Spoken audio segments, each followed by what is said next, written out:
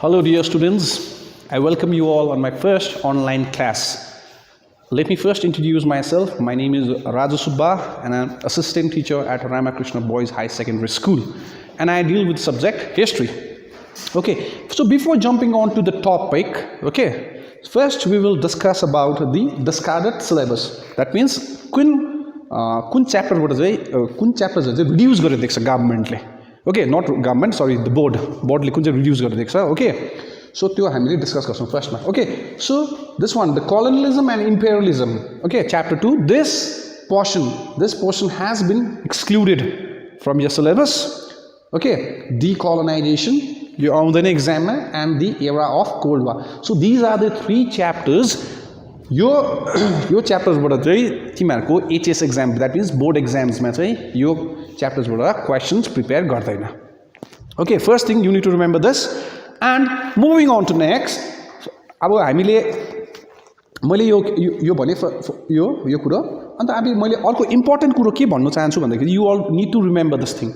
Okay, अब जब question pattern question कस्तो आउँछ भन्दाखेरि exam भन्दाखेरि you all know that question हैन, तर पनि I am telling you again. See, long मा section A र section B हुन्छ. Okay, अन्त त्यहाँनिर clearly bold ways ले लेखिदिएको हुन्छ. Bold मा लेखिदिएको हुन्छ. You people need to attempt at least 2 questions from each group. 2 questions. Okay, 2 questions from each group and 1 from anyone, either from the A or either from the B. Okay, it is not that कि तिमीहरुलाई थाहा छ group A को यहाँबाट 4टा question गर्छौ एउटा गर्छौ. This is wrong. Okay, this is completely wrong. Your answer will be strike गरिदिन्छ जसले पेपर काट्दैछ. Okay, so you have to remember this thing. 2टा question from section A and 2टा question from section B and 1 either from A or either from B. You can choose from any of the group. Okay, so you need to remember this. Why I am telling you this thing is because normally students ले exams मा के गर्छ यो mistake गर्छ. They only attempt only 2 questions from each group and एउटा छोडिदिन्छ. त्यसै कारणले गर्दाखेरि हिस्ट्रीमा तिमीहरु के हुन्छ मार्क्स कम्ती हुन्छ. You need to remember this thing. Okay, त्यसै कारणले गर्दाखेरि तिमीहरुको मार्क्स कम्ती हुन्छ. Okay, now यो भयो तिमीहरुको long. Okay, यसै अब तिमीहरुको अर्को के हुन्छ भने objective हुन्छ short. Short मा चाहिँ के हुन्छ भन्दाखेरि चाहिँ see number 1 तिमीहरुको के हुन्छ MCQ. यसको चाहिँ कति मार्क्स आउँछ भन्दाखेरि एक्जाम्स मा कति मार्क्स आउँछ भन्दाखेरि चाहिँ 24 मार्क्स को के आउँछ तिमीहरुको MCQ आउँछ. ओके, सो नाउ यो के हो भन्दाखेरि चाहिँ मल्टिपल चोइस क्वेशन्स. यसमा याद गर्नुपर्ने सिर्फ यति खाली हो तिमीहरुले के हो भन्दाखेरि चाहिँ or. Supposing number 1 मा क्वेशन देख्छ dot something this and that फला and यहाँनिर dot this and that. Okay, so now you have to be clear with this thing. कि तिमीहरुले यो माथिको क्वेशन अटेम्प्ट गर्छौ कि यो मुनिको क्वेशन अटेम्प्ट गर्छौ. यो एउटा खाली अटेम्प्ट गर्छौ है क्वेशन चाहिँ. ओके, दुईटा जानेको छौ दुईटै अटेम्प्ट गर्नु चाहिँ पाउँदैन. That is wrong. You have to only attempt only 1 question. किनभने टोटालिटीमा जब तिमीहरुले काउन्ट गर्छ तिमीहरुको 24 भन्दा बेसी एक्सिड भयो भने तिमीहरुको आन्सर कतिवटा उयो क्यान्सल गरिदिन्छ. ओके, मार्क्स रिड्युस्ड हुन्छ. अनदर थिङ के याद गर्नुपर्ने हो भन्दाखेरि चाहिँ शॉर्ट आन्सर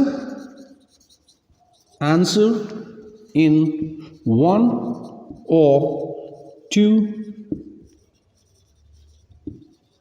sentences. Okay, अब यसमा चाहिँ कति मार्क्स आउँछ भन्दाखेरि चाहिँ एक्जाममा कति मार्क्स आउँछ भन्दाखेरि चाहिँ 16. ओके, सो यो तिमीहरुको कति भयो 24 + 16 is equals to how much 40. अन्त यसमा यो इच लङ मा कति हुन्छ भन्दाखेरि चाहिँ 8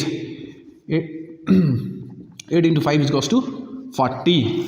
5वटा क्वेशन अटेम्प्ट गर्नुपर्छ. मैले अघि नै भनिसकेको थिएँ right. 40 marks long 40 marks short. So कति हुन्छ 40 + 40 इक्वल्स टु 80. तिमीहरुको 80 चाहिँ के हो भन्दाखेरि चाहिँ तिमीहरुको यो रिटन हो बोर्ड एक्जाममा आउने. ओके, 80 मार्क्स आउँछ. अन्त रेस्ट 20 मार्क्स चाहिँ के हुन्छ भन्दाखेरि चाहिँ you all know that is JECT project. Okay, यो 20 मार्क्स चाहिँ प्रोजेक्ट चाहिँ 20 मार्क्स प्रोजेक्ट चाहिँ स्कुलको तिमीहरुको कन्सर्न सब्जेक्ट टिचरले स्कुलमा दिएको हुन्छ. Okay, so this is the pattern. I only wanted to यहाँनिर मैले केमा फोकस गर्नु चाहन्छु भन्दाखेरि चाहिँ यो लङमा तिमीहरुले फोकस गर्नुपर्छ. Okay, 2 questions from each group and 1 either from A section or B section. Be clear with this. And यो त बुझ्यौ तिमीहरूलाई अल याद गर्नुपर्छ मल्टिपल चोइस क्वेसनमा चाहिँ यस्तो प्रकारको क्वेसन प्याटर्न्स आउँछ तिमीहरूको बेसिकली वेस्टमा एक्जाममा सो यु हेभ अन्डरस्टुड यो तीनवटा च्याप्टरबाट कोलोनियलिजम एन्ड इम्पेरियलिजमबाट आउँदैन डिकोलोनाइजेसनबाट आउँदैन द एरा अफ कोल्ड वारबाट तिमीहरूको कुनै पनि टपिक माने क्वेसन्स आउँदैन एक्जाममा okay so now what I'm going to explain you today is one of the important topic that is the what I'm going to explain is the Battle of Plassey. Okay, battle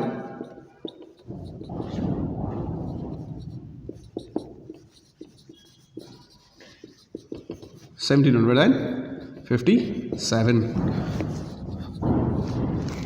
Okay, now 1757. You all know that this battle was fought between whom? It was fought between Sirajuddaula and the East India Company. Okay, East India Company र कसको माझमा भएको थियो भन्दाखेरि चाहिँ सिराजुद्दौलामा East India Company कसले lead गर्दै थियो भन्दाखेरि it was led by Robert Clive okay now यसको ब्याकग्राउन्डमा फर्स्ट कुरा हामीले याद गर्नु पर्दाखेरि चाहिँ के हो भन्दाखेरि चाहिँ see as we all know that okay Mughal डाइनेस्टीको साम्राज्य कसले गठन गरेको भन्दाखेरि चाहिँ it's foundation was laid by Babur okay बाबरले के गरेको थियो बाबरले यसको 1526 मा के गरेको थियो भन्दाखेरि चाहिँ फाउन्डेसन के गरेको थियो स्ट्याब्लिस गरेको थियो okay and subsequently came Humayun then Akbar and then came Jahangir okay Jahangir के गरेको थियो जहाङ्गीर आएको थियो जहाङ्गीर के गरेर आएको थियो थ्रोनमा आएको थियो नाउ यहाँ चाहिँ के भएको थियो भन्दाखेरि चाहिँ यो समयमा जब जहाङ्गीर जब थ्रोनमा आएको थियो ओके त्यति बेला British East India company British East India company पनि इन्डियामा आइसकेको थियो द्याट मिन्स 1601 ओके यो इयरमा आइसकेको थियो okay now British East India कम्पनीले चाहिँ के गरेको थियो भन्दाखेरि चाहिँ now he had send an ambassador कसकोमा भन्दाखेरि चाहिँ जहाङ्गीरकोमा ओके जहाङ्गीर त्यो उहाँको त्यो एम्बेसडरको नाम चाहिँ के थियो भन्दाखेरि चाहिँ Thomas Roy his name was this Thomas Roy okay now he was sent to the Jahangir's royal okay उसको जहाङ्गीरमा पठाएको थियो and he used to stay in the royal court of जहाङ्गीरको रोयल कोर्टमा के गर्थ्यो उसले बसोबास गर्थ्यो ओके एन्ड उसले जहाङ्गीरलाई चाहिँ के गर्थ्यो भन्दाखेरि चाहिँ पुरा ब्राइब दिन्थ्यो ब्राइब क्लियर उसले के गर्थ्यो भन्दाखेरि चाहिँ ब्राइब दिन्थ्यो ओके अन्त with the span of time के भयो भन्दाखेरि चाहिँ दिस पर्सन थोमस रोय के भयो भन्दाखेरि चाहिँ he became an important person of कसको भन्दाखेरि चाहिँ जहाङ्गीरको ओके जहाङ्गीरको को थियो भन्दाखेरि he became an important person and with the span of time के भयो भन्दाखेरि चाहिँ 1618 रिमेम्बर दिस इयर 1618 मा चाहिँ के भयो भन्दाखेरि चाहिँ now Jahangir gave order to the British East India Company to do what trade in India and British East India कम्पनीले 1618 मा के गर्यो फ्याक्ट्री स्ट्याब्लिस गर्यो कहाँनिर गुजरातमा 1618 मा स्ट्याब्लिस गर्यो okay so now thing was that and अब के भयो भन्दाखेरि द सिक्स्थ मुगल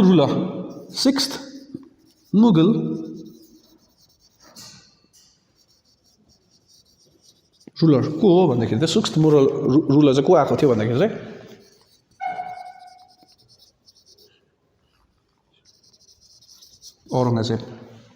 औरङ्गजेब आएको थियो कि एन्ड उसको टेन्युर कहिले थियो भन्दाखेरि 1658 to 1707 okay he ruled this particular time अब यो टाइममा चाहिँ के भएको थियो भन्दाखेरि चाहिँ यो टाइममा चाहिँ के भएको थियो भन्दाखेरि चाहिँ द फ्रेन्च ईस्ट इन्डिया कम्पनीले पनि के गरेको थियो इन्डियामा आएको थियो अन्त उनीहरूले आफ्नो ट्रेड्सहरू सुरु गरेको थियो ओके नाउ औरङ्गजेबले remember listen carefully this one औरङ्गजेबले चाहिँ के गरेको थियो भन्दाखेरि चाहिँ औरङ्गजेबले चाहिँ मुर्शिद कुली खान ओके मुर्शिद कुली खान ओके मुर्शिद कुली खानलाई चाहिँ के गरेको थियो भन्दाखेरि चाहिँ दिवान अफ के बनायो भन्दाखेरि चाहिँ Diwan of Bengal clear Diwan of के बनायो दिवान अफ बेंगल बनायो now at that time Bengal चाहिँ के थियो भन्दाखेरि चाहिँ it was very vast it comprises of के भन्दाखेरि चाहिँ त्यति बेला चाहिँ अहिले जस्तो छ Bengal it was not like that okay the picture was different it comprises of what भन्दाखेरि चाहिँ Bangladesh, the first one, Bihar, Odisha and Bengal. Okay. औरंगजेबले मुर्शिद कुली खानलाई 1700 मा सरी यो मैले डेट भन्नु बिर्सेछु तिमीलाई 1700 मा के बनाएको हुन्छ दिवान बनाएको हुन्छ बेंगलको ओके दिवान अफ बेंगल बनाएको हुन्छ अन्त के हुन्छ भन्दाखेरि चाहिँ Diwan of Bengal at that time Bengal was very vast मैले यो भने राइट इट कम्प्राइजेस अफ यो टेरिटोरिज राइट एन्ड नट यस्तो भएको हुन्छ now after the death of okay sorry दिवान अफ बेंगल बनाएको हुन्छ यो के अरे टेरिटोरिज कम्प्राइज भएको हुन्छ त्यो टाइममा बेंगलमा ओके नाउ 17 त्यति बेला बेंगलको क्यापिटल चाहिँ के हुन्छ भन्दाखेरि चाहिँ मुर्शिदाबाद हुन्छ okay the capital of Bengal at that time was what Murshidabad and then in 1704 मा के गर्दै हुन्छ भन्दाखेरि 1704 मा चाहिँ मुर्शिद कुली खानले चाहिँ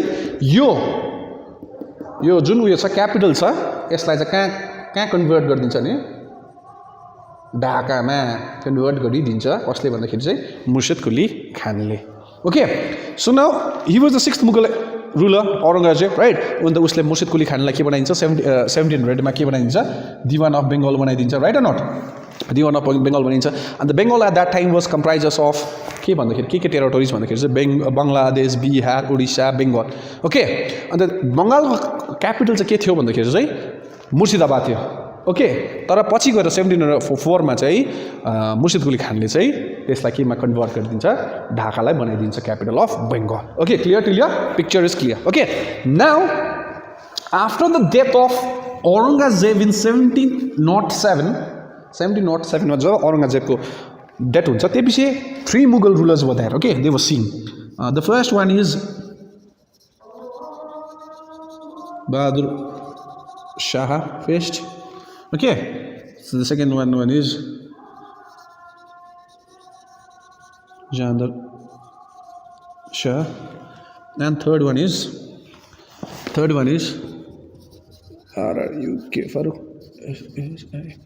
Farooq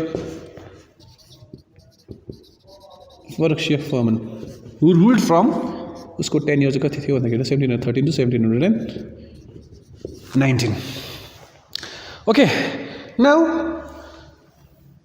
first one is Bahadur Shah and Jandar Shah and Farooq Shah Furman now यो chronology याद गर्नु चाहिँ it is very important okay in history you should always remember the chronology को पछि को आएको थियो भने you should remember okay otherwise it will be a chaos to understand what history so now when he came to the throne when Farooq Shah Furman came to the throne उले के गर्यो the first thing what he did is जति पनि tax थियो उसले माफ गरिदियो okay British East India कम्पनीको जति पनि के थियो ब्रिटिश ईस्ट इन्डिया कम्पनीको जति पनि ट्याक्सेसहरु थियो उसले के गरिदियो त्यो माफ गरिदियो okay and then Farrukh Shah फर्मनले अर्को इम्पोर्टेन्ट चीज के गरेको हुन्छ भन्दाखेरि चाहिँ मुर्शिद कुली खानलाई चाहिँ मुर्शिद कुली खान ओके मुर्शिद कुली खानलाई चाहिँ के गरिदिन्छ भन्दाखेरि चाहिँ मुर्शिद कुली खानलाई चाहिँ उले के गरिदिन्छ भन्दाखेरि चाहिँ नवाब अफ बेंगल बनाइदिन्छ क्लियर नवाब अफ बेंगल बनाइदिन्छ मुर्शिद कुली खानलाई सो रिमेम्बर दिस वान अब्जेक्टिभमा पनि आउन सक्छ तिमीहरुको बोर्ड एक्जाम्समा who is the first independent Nawab of Bengal भन्दाखेरि चाहिँ दिस वान द मुर्शिद Quli Khan okay Murshid Quli Khan is the first independent Nawab of the Bengal you need to remember this thing okay Farrukh Shah फर्मनले यो कुरा गर्छ नाउ मुर्शिद कुली खानले के गर्छ जति पनि ट्याक्स उठाउँदै गरेको हुन्छ टिल 1719 शेयर गर्दै गरेको हुन्छ कोसँग भन्दाखेरि चाहिँ Mughal okay but then after the death of Farrukh Shah फर्मन इन 1719 कस्तो थियो भन्दाखेरि चाहिँ अब एकदम kind of chaos was there okay and Bengal was in the verge of being Bengal Okay, Bengal was in the verge of being an independent state. बुझ्दैछ? Bengal was in verge of being an independent state. Okay, now के भयो भन्दाखेरि चाहिँ in 1727, okay, 1727 के भयो भन्दाखेरि चाहिँ मुर्शिद कुली खानले, remember this name, मुर्शिद कुली खानले चाहिँ कसलाई नवाब बनायो भन्दाखेरि चाहिँ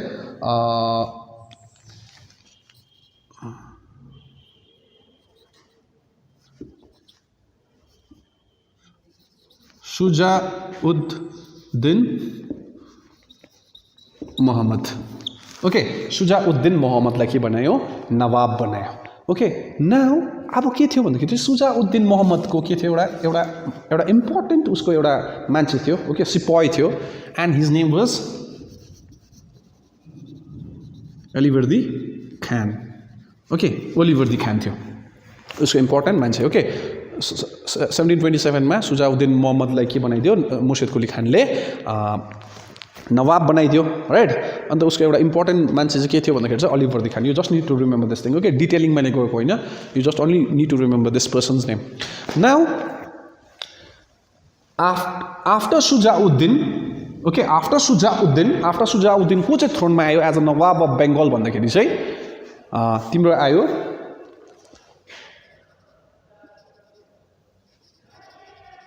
सरफराज. ओके, सरफराज आयो, सरफराज थ्रोनमा आयो. Okay, as the Nawab of Bengal. Now के भयो भन्दाखेरि चाहिँ Alivardi Khan also wanted to be the Nawab of Bengal. Okay, but then after Shujauddin who came? After Shujauddin Sarfaraz आयो throne as a Nawab of Bengal. Okay, now के भयो भन्दाखेरि चाहिँ नाउ अलिवर्दी खानलाई पनि के भयो भन्दाखेरि चाहिँ he also wanted to be as the Nawab of Bengal, right and not? Now के भयो भन्दाखेरि चाहिँ अलिवर्दी खान र सरफराज खानकोमा के हुन्छ भन्दाखेरि चाहिँ ब्याटल हुन्छ. Okay, and that battle was फट in 1740. Okay, it was fought in 1740. Okay, the battle was fought between whom? Alivardi Khan and Sarfaraz, and the battle name is known as Gira. Okay, Battle of Gira. Okay, 1740 मा सरफराज र अलिवर्दी खानमा झगडा भएको हुन्छ, right? अन्त त्यो ब्याटलको नाम चाहिँ के हो? गिरा हो, Gira. Clear? Now in this battle of Gira के हुन्छ भन्दाखेरि चाहिँ Alivardi Khan was what? Victorious. He became what? Victorious. He succeeded over what? Sarfaraz Khan and came to the throne. I guess till here you have the picture is clear, right? मैले के भने जे भन्दैछु, I guess you people are यो picture clear हुँदैछ, right or not? Now Alivardi Khan thrown as a Nawab of Bengal, right? And he ruled till 1756.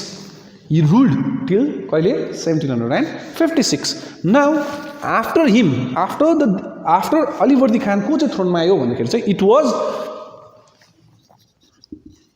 Sirajuddin. Okay, Sirajuddin Daula. Okay, Sirajuddaulah चाहिँ केमा आयो? थ्रोनमा आयो in which year? 1757 मा. Okay, Sirajuddaulah आयो. And Sirajuddaulah was the grandson.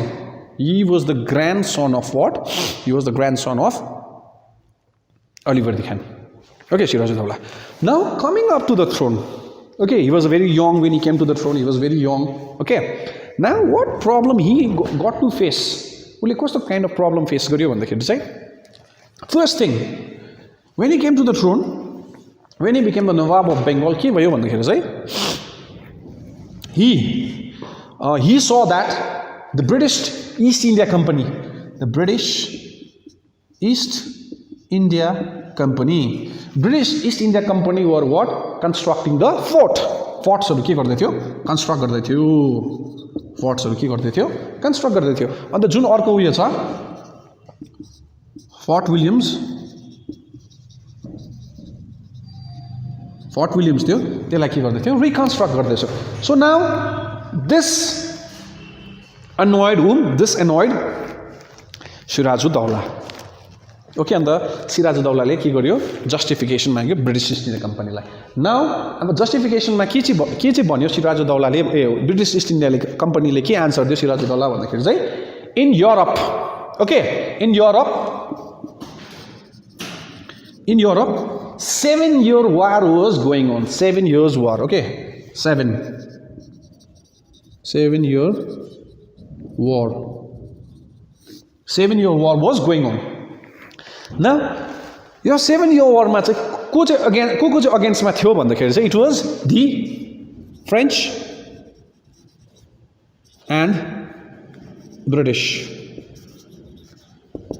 Okay यहाँनिर चाहिँ French र British was against each other in this 7-year war अब के भयो भन्दाखेरि चाहिँ 7 years war हुँदै थियो युरोपमा and French was against the British okay now The Britishers thought that they would attack the forts of British East India Company that was in India, and they would capture the factories of what the British East India Company. यस्तो प्रकारको justification चाहिँ कसलाई दियो भन्दाखेरि चाहिँ सिराजुद्दौलालाई दियो okay but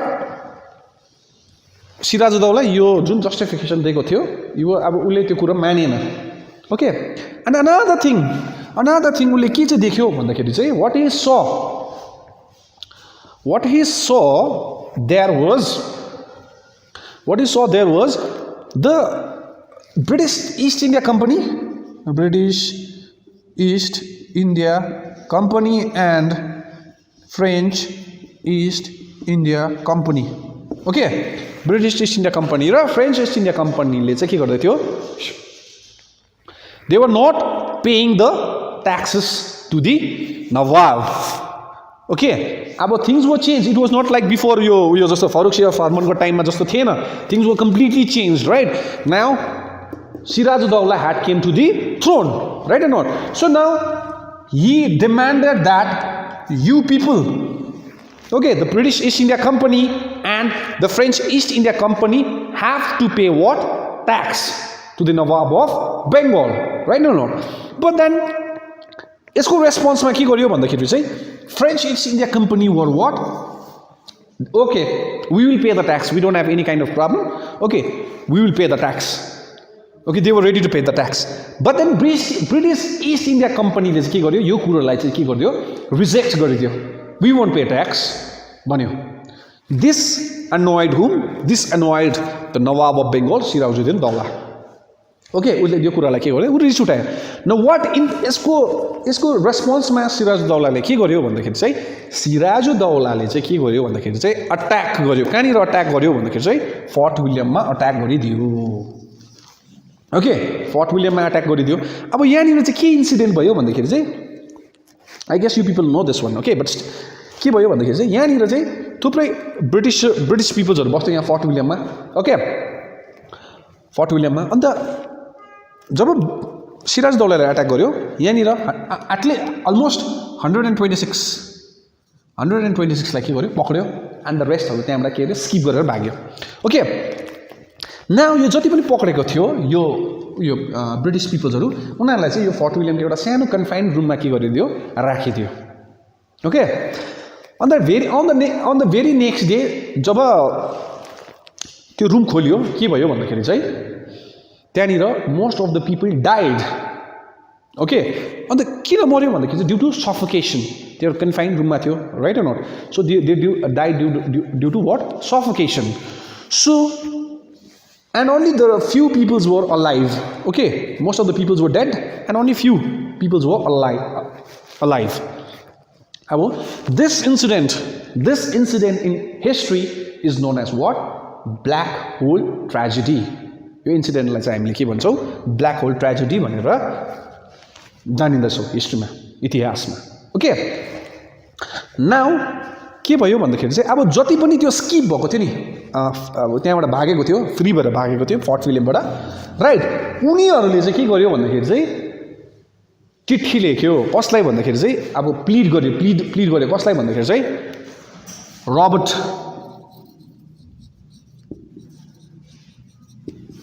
Robert क्लाइभलाई के गरिदियो प्लिड गर्यो के भनेर प्लिड गर्यो भन्दाखेरि चाहिँ now Now we need your help. You need to attack whom? Sirajud-Dowlah. Okay. Abi Robert Clive चाहिँ कहाँ थियो भन्दाखेरि चाहिँ he was in Madras. He was in what? Madras. So Robert Clive came to what? Robert Clive came with 36,000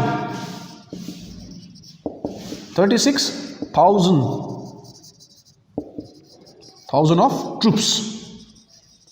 Okay. And what? He attacked whom? Sirajud-Dowlah. Okay. And when they met, Robert Clive र जब Sirajud-Dowlah, when they met, के भयो भन्दाखेरि चाहिँ Sirajud-Dowlah was defeated. Okay. And Robert Clive won over him.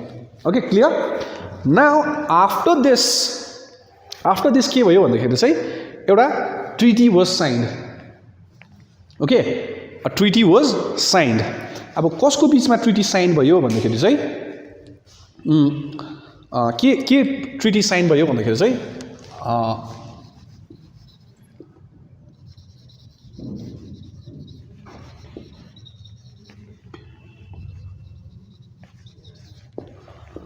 Alinagar Peace Treaty. Okay, Alinagar Peace Treaty was signed. Now, according to this treaty, what had happened is, see up, the first and the foremost thing you need to remember,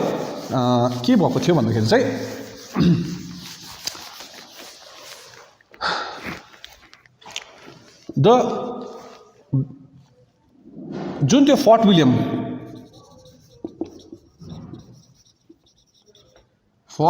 जुन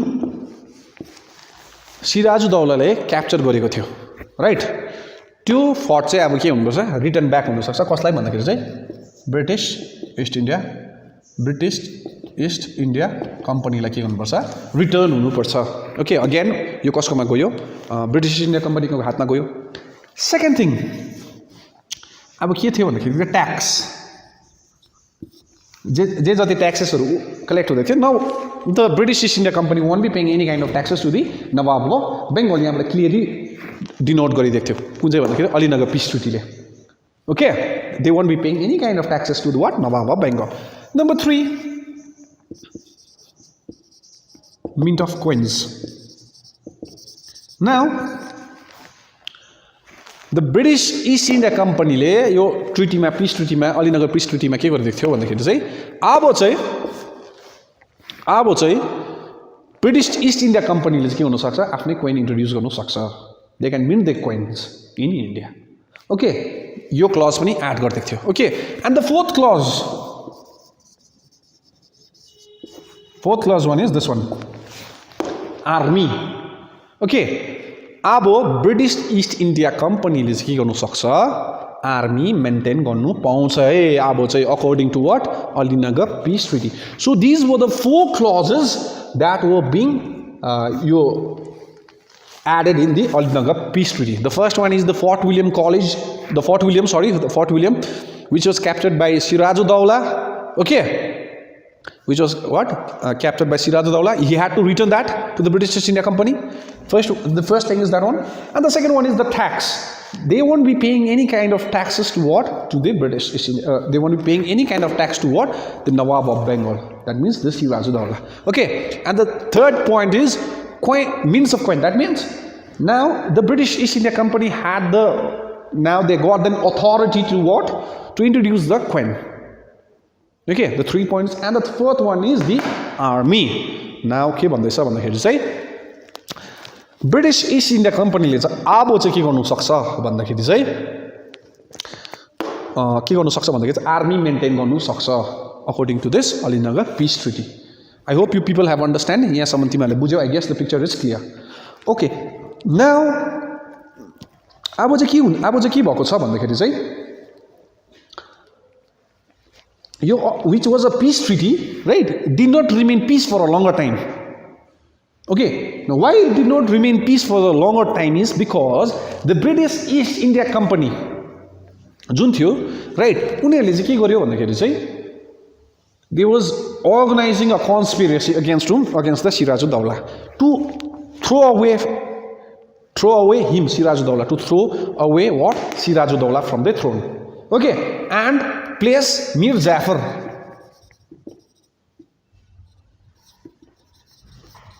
Mir Jafar to the throne.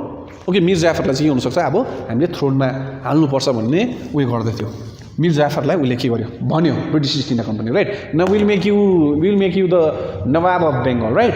You need to help us भनेर उले के गर्यो diplomacy खेल्यो British East India कम्पनीले. Okay and त्यो भयो. And second thing is के गर्यो भन्दाखेरि चाहिँ ब्रिटिश इस्ट इन्डिया कम्पनीले के गर्यो भन्दाखेरि चाहिँ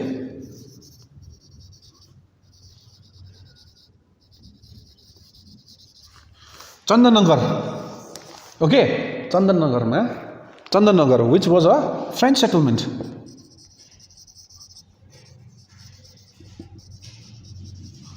Which was what?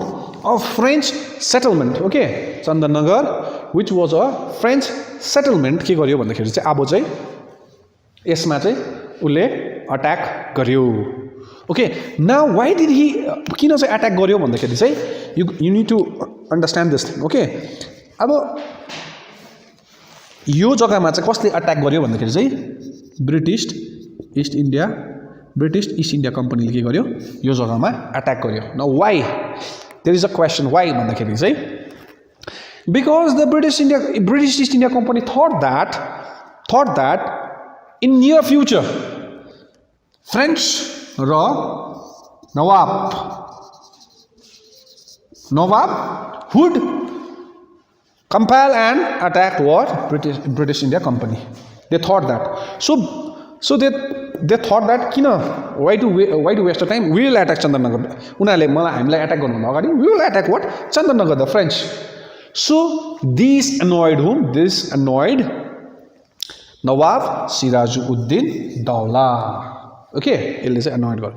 So in 1757 मा के भयो भन्दाखेरि चाहिँ Battle of Plassey. Okay, Battle of Plassey was fought between whom? It was fought between Sirajuddaulah and British East India Company headed by Robert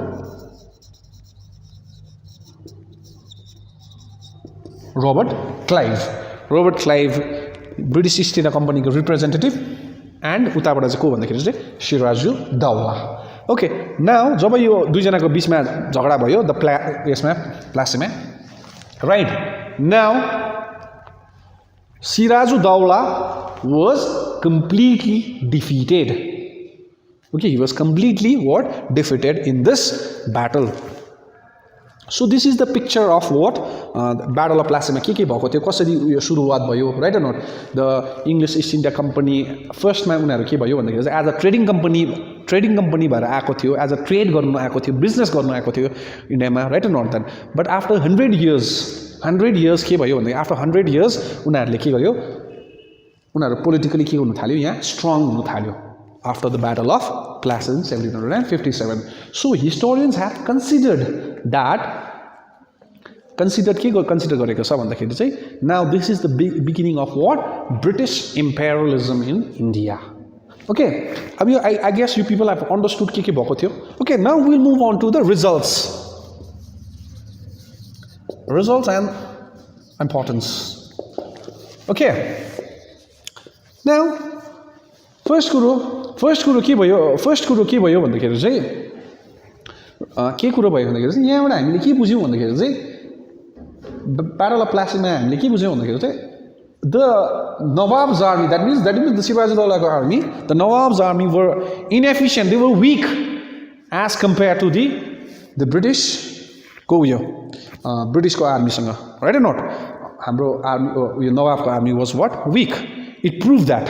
Okay, the second हामीले के बुझ्छौं भन्दाखेरि चाहिँ यो ब्रिटिश इस्ट इन्डिया कम्पनीले चाहिँ डिप्लोमेसी गरेर चाहिँ के गरेको छ यो ब्याटल अफ प्लासी जितेको छ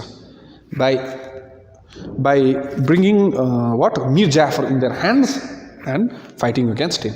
Okay, now the third one what you see is after the post battle of Plassey, that means after battle of Plassey, के भयो भन्दाखेरि चाहिँ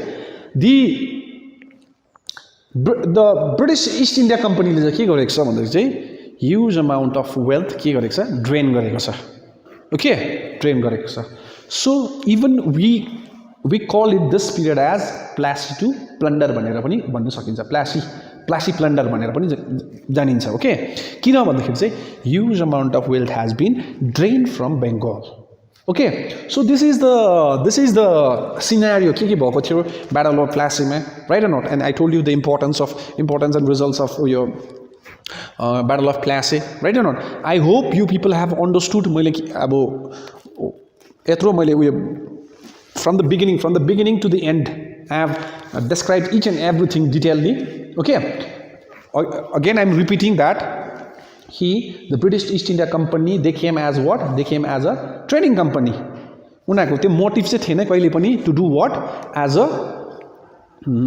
to rule इन्डियाले रुल गर्नुपर्छ भनेर कहिले पनि उनीहरु चाहिँ त्यो विचारले चाहिँ आएको हुँदैन उनीहरु चाहिँ okay their motive was only to do what trade in India clear and with the span of time के भयो भन्दाखेरि चाहिँ with the span of time उनीहरुले politically कहिले भन्दाखेरि चाहिँ 1757 मा after what 1757 उनीहरु के भयो politically के भयो उनीहरु strong भयो okay so this is the scenario of battle of Plassey I hope you people have enjoyed the classes okay then I will end the class here thank you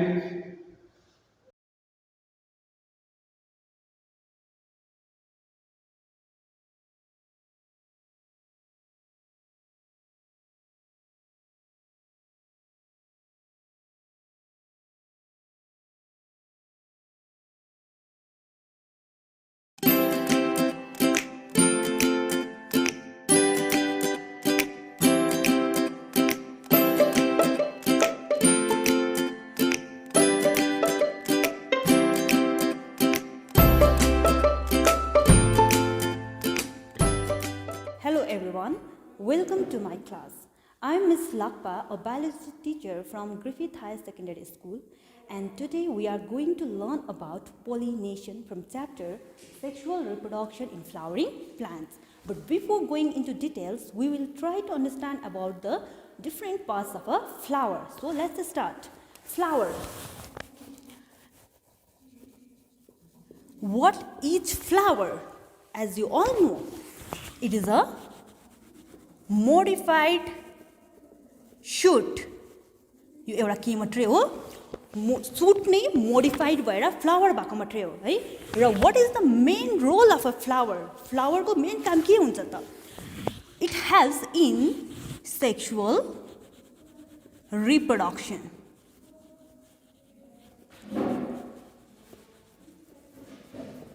र flower को main काम चाहिँ main role चाहिँ यसले चाहिँ केमा help गर्छ sexual reproduction in flowering plants मा sexual reproduction मा यसको main role छ है र अब कसरी चाहिँ sexual reproduction मा यसले हात छ त भन्दाखेरि हामीलाई flower को different parts को याद हुनु एकदमै जरुरी छ है र फर्स्ट हामीले flower को parts हेर्नु भन्दा अगाडि let me draw a rough diagram of a flower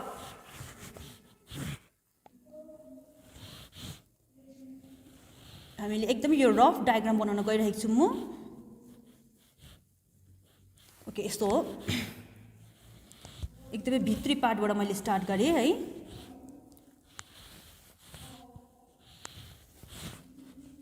यो एक्चुअली सबलाई थाहा भएकै हुनुपर्ने हो तरै पनि मैले बनाइरहेको छु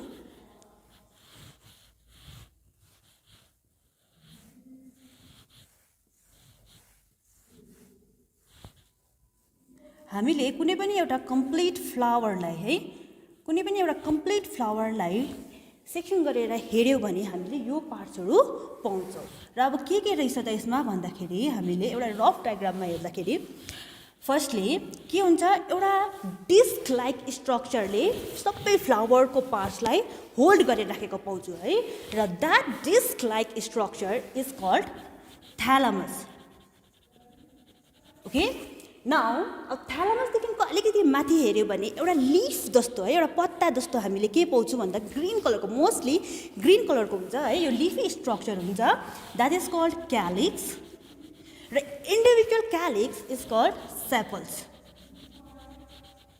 एला सेपल्स भनेर भन्छ है र त्यसको माथि हामीले फुलको पत्ताहरू पाउँछौँ है, जो चाहिँ के हुन्छ एकदमै कलरफुल हुन्छ।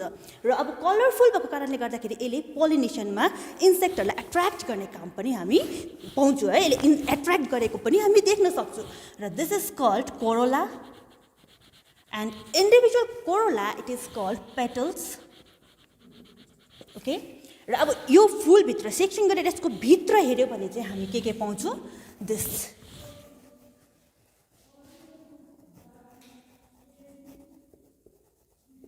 गाइनोसियम एन्ड यो जुन चाहिँ मैले यहाँनिर यो फ्लावरमा 1 2 3 4 5 5वटा बनाएको छु, बट इट भ्यारिज। ओके, र फ्लावर अनुसार यो भ्यारी गर्छ नम्बर, कसैमा 3टा कसैमा 4टा पनि हुनसक्छ, कसैमा 2टा मात्रै पनि हुनसक्छ।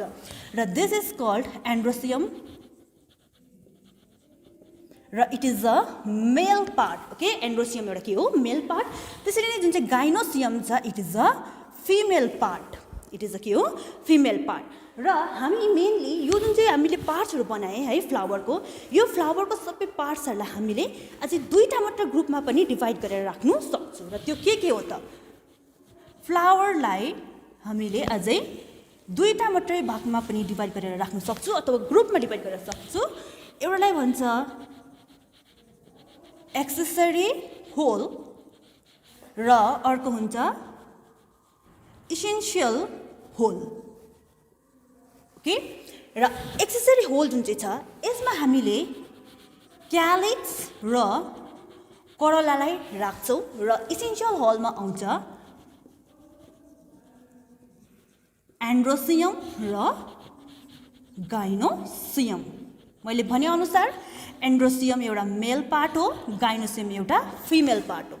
र रिप्रोडक्सनमा मेनली एन्ड्रोसियम र गाइनोसियमको हात भएको कारणले गर्दाखेरि हामी यो च्याप्टरमा मेन को माथि फोकस गर्छौँ, एन्ड्रोसियम र गाइनोसियम। र हामी क्यालिक्स र कोरोला हामी हेर्ने छैनौँ। ओके, सो फर्स्ट हामी के हेरौँ, एन्ड्रोसियम। ओके, सो एन्ड्रोसियम, र मैले यहाँनिर एउटा एन्ड्रोसियमको एउटा रफ डायग्राम बनाइसकेको छु। र एन्ड्रोसियम मैले एउटा इन्डिभिजुअल एन्ड्रोसियम बनाएको छु है, र इन्डिभिजुअल एउटालाई चाहिँ हामी के भन्छौँ, स्ट्यामेन भनेर भन्छौँ है। र अब यो स्ट्यामेनमा हामीले के देख्छौँ त, एउटा स्वोलन स्ट्रक्चर हुन्छ माथि है, upper portion it is swollen र लोवर पोर्सन इट इज फिलामेन्टस। एउटा फिलामेन्टस हुन्छ र यो होल स्ट्रक्चर एउटा केमा हुन्छ, थ्यालामसमा बसेको हुन्छ। र जुन चाहिँ एन्थर छ यो स्वोलन स्ट्रक्चर है, कोहीमा कुन चाहिँ फ्लावरमा हामी खालि यसको जुन चाहिँ लोब छ त्यो एउटा मात्रै भएको पाउँछौँ, र कुन चाहिँ फ्लावरमा कसै फ्लावरमा हामीले त्यो लोब 2टा भएको पनि हामी पाउँछौँ। र जुन चाहिँ स्टामेन्समा हामीले एउटा मात्रै लोब पाउँछौँ त्यो स्टामेन्सलाई हामीले मोनोथिकस भनेर पनि भन्छौँ। र जुन चाहिँ स्टामेनमा हामीले लोब 2टा भएको पाउँछौँ त्यो 2टा भएको लोब भएको स्टामेन्सलाई हामी डाइथिकस भनेर पनि हामी भन्न सक्छौँ। ओके, र अब हेर्नुहोस् है, जुन चाहिँ यो स्टामेन्स छ यसको मेन रोल के हुन्छ त भन्दाखेरि in mature stamens. Okay, in mature stamen what we get, एन्थरमा हामीले एन्थरलाई फुटाएर हेऱ्यौँ भने यसबाट हामी थुप्रै स्पोर्ट्सहरू पाउँछौँ। ओके, र यसमा थुप्रै स्पोर्ट्सहरू हुन्छ, र जब त्यो स्पोर्ट्सहरू म्याच्योर हुन्छ त्यो म्याच्योर स्पोर्ट्सलाई चाहिँ हामी भन्छौँ पोलन ग्रेन्स। र अब यो पोलन ग्रेन्सको काम चाहिँ के हो त, यो एक्चुअली यसले के काम गर्छ त, नाउ यो पोलन ग्रेन्स चाहिँ के हुन्छ, जब यो म्याच्योर हुन्छ र ड्युरिङ पोलिनेसन है यो के हुन्छ, यो ट्रान्सफर भएर कहाँ जान्छ, गाइनोसियमको स्टिग्मामा जान्छ। ओके, र अब हेर्नुहोस् त, यो जुन चाहिँ गाइनोसियम मैले एउटा रफ डायग्राम बनाइसकेको छु, इन्डिभिजुअल गाइनोसियम है, इन्डिभिजुअल गाइनोसियमलाई हामी पेस्टिल अथवा यसलाई हामी अर्को नाम के पनि भन्छौँ, कार्पेल भनेर पनि भन्छौँ है। र अब यहाँनिर जुन चाहिँ पोलन ग्रेन स्टिग्मामा के आउँछ, पोलन ग्रेन्स आउँछ है। र म्याच्योर पोलन ग्रेन्स यहाँनिर आइसकेपछि है केमिकल रियाक्सन्सहरू हुन्छ यहाँनिर, जसको कारणले गर्दाखेरि यो पोलन ग्रेन्सले के बनाउँछ, एउटा ट्युब बनाउन थाल्छ। र अब यो ट्युब लाइक स्ट्रक्चर यसले थ्रु स्टाइल है, र स्टाइल हुँदा यो गएर चाहिँ कहाँ जान्छ, ओभरी भएकोमा जान्छ। र थ्रु द्याट पोलन ट्युब अब को जान्छ, यो पोलन ग्रेन्स कहाँ जान्छ, ओभरी भएकोमा जान्छ। र अब यसले के गरिदिन्छ त यहाँ गएर भन्दाखेरि यहाँनिर के हुन्छ, तिम्रो फिमेल ग्यामेट्स हुन्छ, जसलाई यो पोलन ग्रेन्सले के गरिदिन्छ, फर्टिलाइज गरिदिन्छ।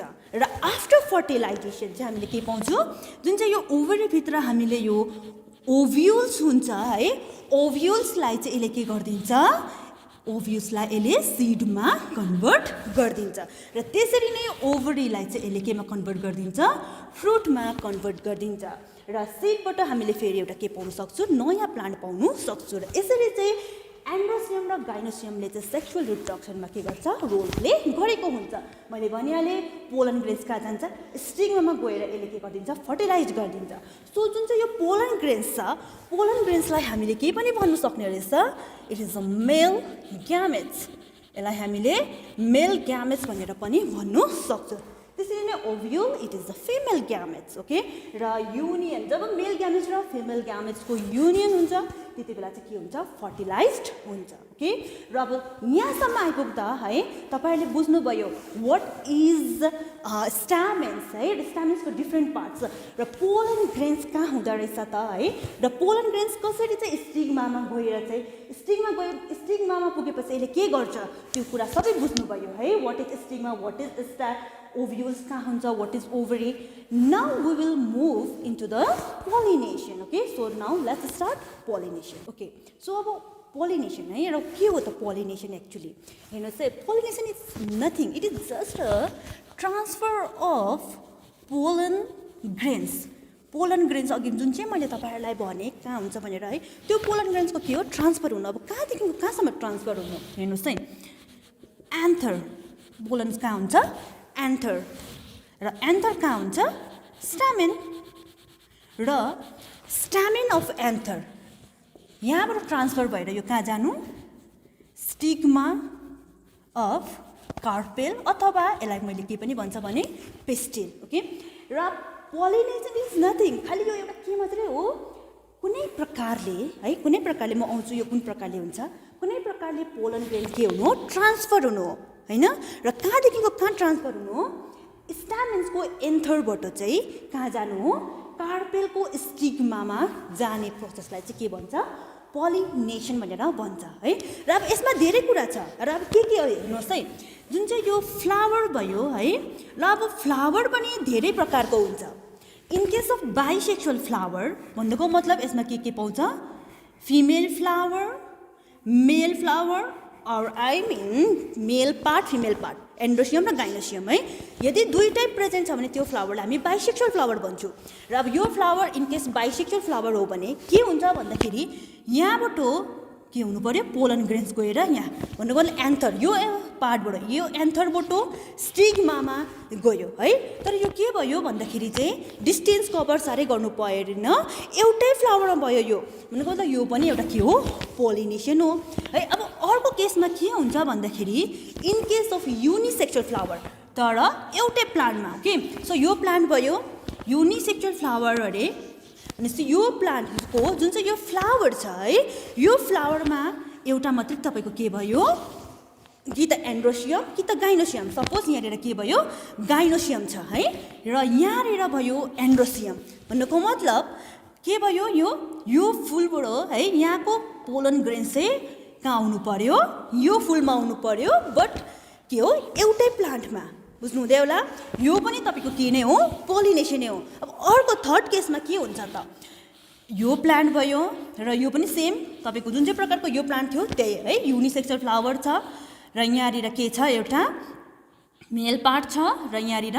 फिमेल एन्ड्रोसियम यहाँ छ यहाँ गाइनोसियम छ तर अब यो केसमा यो पनि हुनसक्छ तपाईँको जुन चाहिँ यो पोलन ग्रेन्स उडेर यहाँ नगएर के हुन्छ यो पोलन ग्रेन्स चाहिँ तपाईँको अर्को फ्लावरको अर्को प्लान्टको फ्लावरमा पनि जानु सक्छ अर्को फ्लावरको प्लान्टको गाइनोसियममा पनि जानु सक्छ तर यहाँनिर चाहिँ के भयो त तपाईँको एउटै प्लान्ट नभएर दुईटा प्लान्ट इन्भल्भ भयो सो यो केस पनि तपाईँको के नै हो पोलिनेसन नै हो सो यहाँसम्म आइपुग्दा के बुझ्यौ त भन्दाखेरि पोलिनेसन भनेको चाहे जस्तै सुकै होस् है चाहे युनिसेक्सुअल फ्लावर होस् चाहे बाइसेक्सुअल फ्लावर होस् जब एन्थर पोलन ग्रेन्स उडेर अथवा कुन प्रकारले हुन्छ है एन्थरबाट स्टिग्मामा गयो भने चाहिँ त्यसलाई हामी के भन्छौँ पोलिनेसन भनेर भन्छौँ है र जब यसको यो प्रोसेसहरू देख्दैछु यो प्रोसेसलाई हेरेर नै हामीले के गरेको छ भन्दाखेरि चाहिँ पोलिनेसनको डिभाइड गरिदिएको छौँ कि पोलिनेसनलाई र यसलाई हामीले मेनली दुईटा भागमा डिभाइड गर्न सक्छ जस्तै यसमा के लेख्न सक्छ पोलिनेसनलाई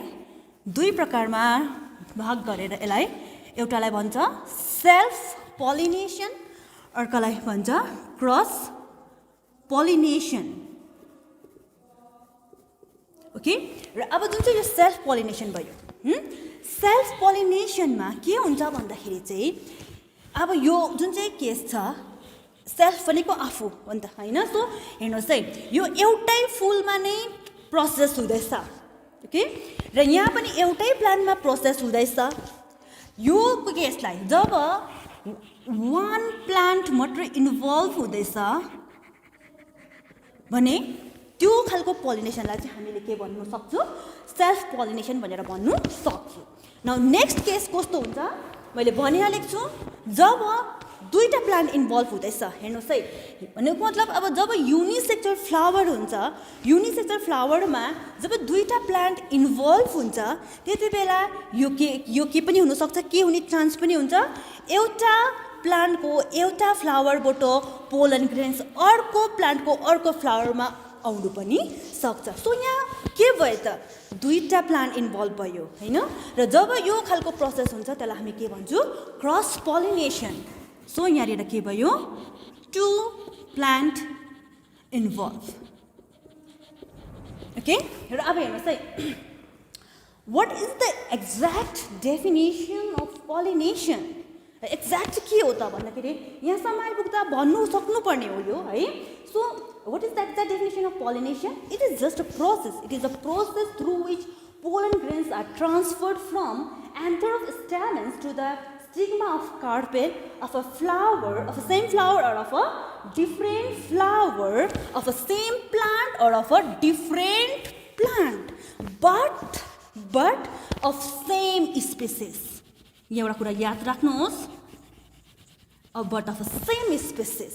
जुन चाहिँ यो दुईटा प्लान्ट इन्भल्भ हुँदैछ पोलिनेसनमा, त्यो दुईटा प्लान्ट चाहिँ के हुनु पर्यो, सेम स्पेसिस हुनु पर्यो, तब मात्रै तपाईँको के हुन्छ, क्रस पोलिनेसन हुन्छ। ओके, नाउ जुन चाहिँ हामीले यो सेल्फ पोलिनेसन र क्रस पोलिनेसनको कुरा गऱ्यौँ, यो सेल्फ पोलिनेसनलाई पनि हामीले त्यही प्रकारले के गर्नु सक्छौँ, दुईटा भागमा डिभाइड गरेर हेर्नु सक्छौँ। र के त भन्दाखेरि दिस इज कल्ड अटोगेमी र गिटोनोगेमी।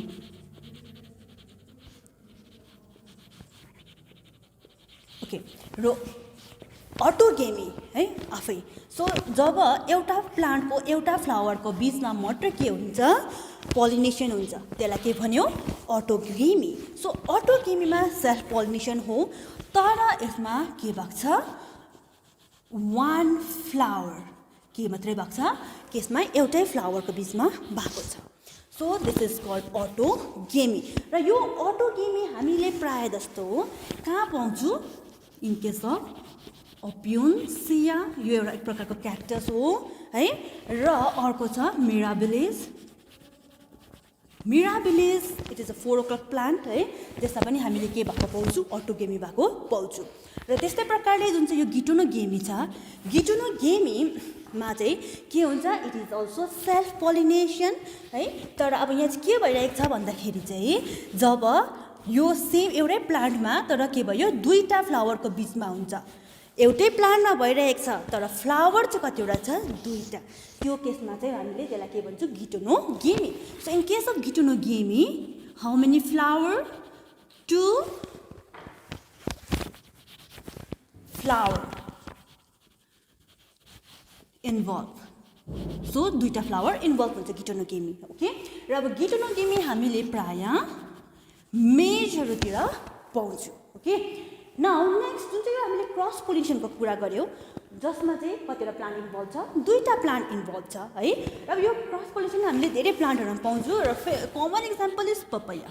ओके, यो पपायाहरूतिर हामीले यो क्रस पोलिनेसन भएको पाउँछौँ। ओके, सो यहाँसम्म के भयो, पोलिनेसन, डेफिनेसन अफ पोलिनेसन र टाइप्स अफ पोलिनेसन। न अब यहाँ क्वेसन के आउँछ त भन्दाखेरि हेर्नुहोस् है, जुन चाहिँ तपाईँलाई मैले कुरा गर्दैछु, जुन चाहिँ पोलन ग्रेन्स एक ठाउँदेखिको अर्को ठाउँ जानुपर्ने कुरा हुँदैछ, भन्नुको मतलब यो आफै त जानु सक्दैन हैन, किनभने यसकोमा कुनै लोकोमोटिभ अर्गनहरू छैन। सो कसरी चाहिँ जान्छ त है, यो कुरा आउँछ। किनभने हामी ह्युमनलाई पनि एक ठाउँदेखिको अर्को ठाउँ जानुको लागि हामीलाई भेहिकल थुप्रै कुराको जरुरत पर्छ। त्यस्तै प्रकारले गर्दाखेरि फ्लावरमा अथवा प्लान्ट्समा पनि पोलिनेसनको लागि पोलन ग्रेन्सलाई एउटा फ्लावर टु अर्को फ्लावर अथवा यहाँ त झन् एउटा प्लान्टदेखिको अर्को प्लान्टमा ट्रान्सफर हुनु पर्यो। यसको लागि पनि यसलाई के चाहिन्छ, थुप्रै एजेन्ट्स चाहिन्छ। So now we will see the different agents of pollination. Okay, so agents of pollination है, र एजेन्ट्स अफ पोलिनेसनमा अब धेरै एजेन्ट्सहरू हुन्छ, थुप्रै प्रकारको एजेन्ट्सहरू हुन्छ है।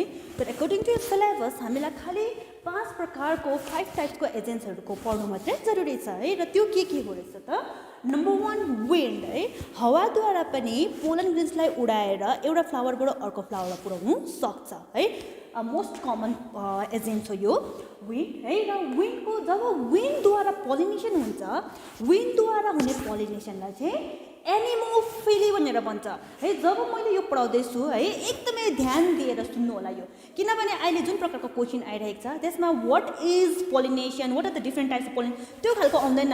तर कस्तो खालको क्वेसन आइरहेको छ, जुन जब पोलिनेसन विन्डद्वारा हुन्छ त्यो पोलिनेसनलाई के भन्छ, गिभ एटलिस्ट 2 इक्जाम्पल्स, त्यो खालको क्वेसन आउँदैछ। सो यो पोइन्ट्सलाई एकदमै ध्यान दिएर सुन्ने। र विन्डद्वारा हुने पोलिनेसनलाई भन्छ एनिमोफिली। र यो एनिमोफिली हामी प्राय इक्जाम्पल इट इज मेज र ग्रास है। र यो मेज ग्रासहरूतिर चाहिँ भनेपछि हावाद्वारा पोलिनेसन हुँदो रहेछ है। अब योभन्दा धेरै इक्जाम्पल्सहरू पनि तपाईँहरूले तपाईँहरूको बुकमा हेर्नुभयो भने पाउनुहुन्छ है। तर तपाईँहरूले याद गर्दा चाहिँ एटलिस्ट 2टा इक्जाम्पल याद गरेको हुनुपर्छ। र नेक्स्ट जब एजेन्ट छ, next agent it is water. र पानीद्वारा पनि के हुन्छ, पोलिनेसन हुन्छ। र अब हेर्नुहोस् है, जब प्लान्ट्सहरू टेरेस्ट्रियल प्लान्ट्स है, in case of terrestrial plants अब थुप्रै एजेन्ट्सहरू हुन्छ, विन्ड, इन्सेक्ट, बर्ड, एनिमल है। र जब वाटरमा हुन्छ प्लान्ट्सहरू अरू एक्वाटिक प्लान्ट्समा चाहिँ अब त्यस्तो धेरै हामीले एजेन्ट्सहरू पाउँदैनौँ। सो एक्वाटिक प्लान्टमा चाहिँ केद्वारा नै हुन्छ, वाटरद्वारा नै हुन्छ। पानीले बगाएर नै पोलन ग्रेन्सलाई एउटा फुलबाट अर्को फुलमा ट्रान्सफर गरिदिन्छ। र जब पोलिनेसन वाटरद्वारा हुन्छ त्यो पोलिनेसनलाई हामी के भन्छौँ, हाइड्रोफिली है। हाइड्रो भनेको के हो, वाटर भनेको नि त। त्यो कारणले गर्दाखेरि जब वाटर पानीद्वारा पोलिनेसन हुन्छ त्यसलाई भन्छ हाइड्रोफिली। र अब हाइड्रोफिलीमा एक्वाटिक प्लान्ट्सहरू आउँछ है। इक्जाम्पल हाइड्रिला, भ्यालिसनेरिया अरू थुप्रै एक्वाटिक प्लान्ट्सहरू छ है। कुन चाहिँ मनपर्छ, जे लेख्दा पनि भयो। र next it is agent insect है। एकदमै यो पनि common agents of pollination insects. र मोस्ट कमन इन्सेक्ट चाहिँ के होला, ओके। सो के हो यो मोस्ट कमन इन्सेक्ट, हनीबी। हनीबीद्वारा हामीले पोलिनेसन भएको पाउँछौँ। के हुन्छ, जब हनीबी फुलको रस चुस्नु जाँदाखेरि उसको लेगमा त्यो पोलन ग्रेन्सहरू टालेर आउँछ र फेरि अर्को फ्लावरमा गएर बस्दाखेरि उसले त्यहाँनिर पोलन के गरिदिन्छ, ट्रान्सफर गर्ने काम गरिरहेको हुन्छ। र जब पोलिनेसन हामीले एउटा कुनै इन्सेक्टद्वारा भएको पाउँछौँ त्यो पोलिनेसनलाई चाहिँ के भन्दो रहेछ त, एन्टेमोफिली। एन्टेमोफिली भनेर भन्छ है। र example most common example sunflower, त्यसरी नै बगनभेली है। यो बगनभेली प्रायः यो जहाँ एकदमै ज्यादा टेम्परेचर हाई टेम्परेचर एरियातिर हामीले बगनभेली है पाउँछौँ, त्यहाँनिर यो के हुन्छ, एन्टेमोफिली भएको हामी देख्न सक्छौँ। र next agent it is birds. के रहेछ, बर्ड्स है, चराहरूद्वारा पनि हुन्छ पोलिनेसन। र जब बर्ड्सद्वारा हामी पोलिनेसन भएको पाउँछौँ त्यो पोलिनेसनलाई चाहिँ के भन्छ, अर्निथोफिली है। यहाँ याद गर्नु होला, अर्निथोफिली है। इक्जाम्पल अर्निथोफिलीको इक्जाम्पल के लेखेको छु यहाँ मैले, begonia. Okay, so common example हो यो बेगोनिया। अर्को हुन्छ बोम्ब्याक्स है। कुनै पनि इक्जाम्पल लेख्न सक्नुहुन्छ, एउटा यो बेगोनिया, अर्को बोम्ब्याक्स। र नेक्स्ट इज एनिमल है। र ठुल्ठुलो एनिमल्स क्याट, डग योद्वारा पनि पोलिनेसन हुन्छ। कसरी भन्दाखेरि जब यिनीहरू मुभ गर्छ वान प्लेस टु अनदर, त्यति बेला body head, through body head चाहिँ यिनीहरूले के गरिदिन्छ, पोलनलाई ट्रान्सफर गर्ने काम गरिरहेको हुन्छ। र यो खालको पोलिनेसनलाई हामी के भन्न सक्छौँ, जूफिली। यो खालको पोलिनेसनलाई चाहिँ के भन्छ, जूफिली भनेर भन्छ। फर इक्जाम्पल यसको रोज एप्पल है, रोज एप्पलमा हामी जूफिली भएको पाउँछौँ। त्यसरी नै अर्को केमा पनि पाउँदो रहेछौँ, सिल्क कटनहरूतिर पनि के हुँदो रहेछ, जूफिली भएको हामी पाउँछौँ। So this are the 5 different types of agent जसद्वारा चाहिँ के हुँदैछ, पोलिनेसन हुँदो रहेछ। र त्यही अनुसार है एजेन्ट्स अनुसार हामीले के पनि पाएको छु different types of pollination with examples र याद गर्दाखेरि पनि तपाईँहरूले एजेन्ट सँगसँगै नाम र नाम सँगसँगै तपाईँहरूले एटलिस्ट दुईवटा इक्जाम्पल्स याद गरेको हुनु पर्यो ओके सो यो एजेन्ट्स भयो है बुझ्नुभयो होला now next we will move to the advantages and disadvantages of self pollination and cross pollination now self पोलिनेसनको हामी के हेर्दैछौँ एडभान्टेजेस र एडभान्टेजेस पोलन ग्रेन्सहरू हेर्नुहोस् है जुन चाहिँ यो सेल्फ पोलिनेसन छ सेल्फ पोलिनेसनमा चाहिँ के फाइदा छ त हामीलाई भन्दाखेरि एडभान्टेजमा अब धेरै एडभान्टेजेसहरू छ है तर मैले यहाँ 3 प्रकारको एडभान्टेजेसहरू लेखेको छु र के छ जसमा चाहिँ number 1 it is a certain process र सेल्फ पोलिनेसन चाहिँ एउटा के हो सर्टेन प्रोसेस किन भन्दाखेरि चाहिँ यो चाहिँ के हुँदैन ज्यादा डिस्टेन्स कभर गर्नु पर्दैन सेल्फ पोलिनेसनमा कि त भयो भने एउटै फुलभित्र अर एउटै प्लान्टको दुईटा फ्लावर भयो भने चाहिँ डिस्टेन्स कभर गर्नु पर्दैन यहाँ सो इट इज यो भइरहने प्रोसेस हो that's why it is a certain process अर्को एडभान्टेजेसमा आउँछ it is independent of agencies र अब हेर्नुहोस् है डिस्टेन्स कभर गर्नु परेन भनेपछि यसलाई कुनै प्रकारको एजेन्सी चाहिएन so it is independent of agents यसलाई कुनै प्रकारको एजेन्ट्स चाहिएन न विन्ड चाहियो न वाटर चाहियो न केही पनि चाहिएन सो भइरहन्छ यो आफै next it is pollen grains are more utilize so यहाँनिर डिस्टेन्स कभर गर्नु नपरेकै कारणले गर्दाखेरि यहाँ के भयो भन्दाखेरि सबै पोलन ग्रेन्स भएको जति जसले अरू म्याच्योर्ड पोलन ग्रेन्सहरू नै के हुन्छ काम लाग्छ यहाँ वेस्ट हुने चान्स ज्यादा हुँदैन र त्यही प्रकारले अब यो जुन चाहिँ 3 प्रकारको मैले तपाईँहरूलाई एडभान्टेजेस भने यो एकदमै इम्पोर्टेन्ट एडभान्टेजेस हो ओके त्यस्तै प्रकारले यसको 3 प्रकारको डिसएडभान्टेजेसहरूमा के छ भन्दाखेरि नम्बर 1 विक प्रोजेनी मैले लेखेको छु भन्नुको मतलब हेर्नुहोस् है जब सेल्फ पोलिनेसन हुन्छ भन्नुको मतलब एउटै फुलमा मात्रै त्यो क्रस भइरहन्छ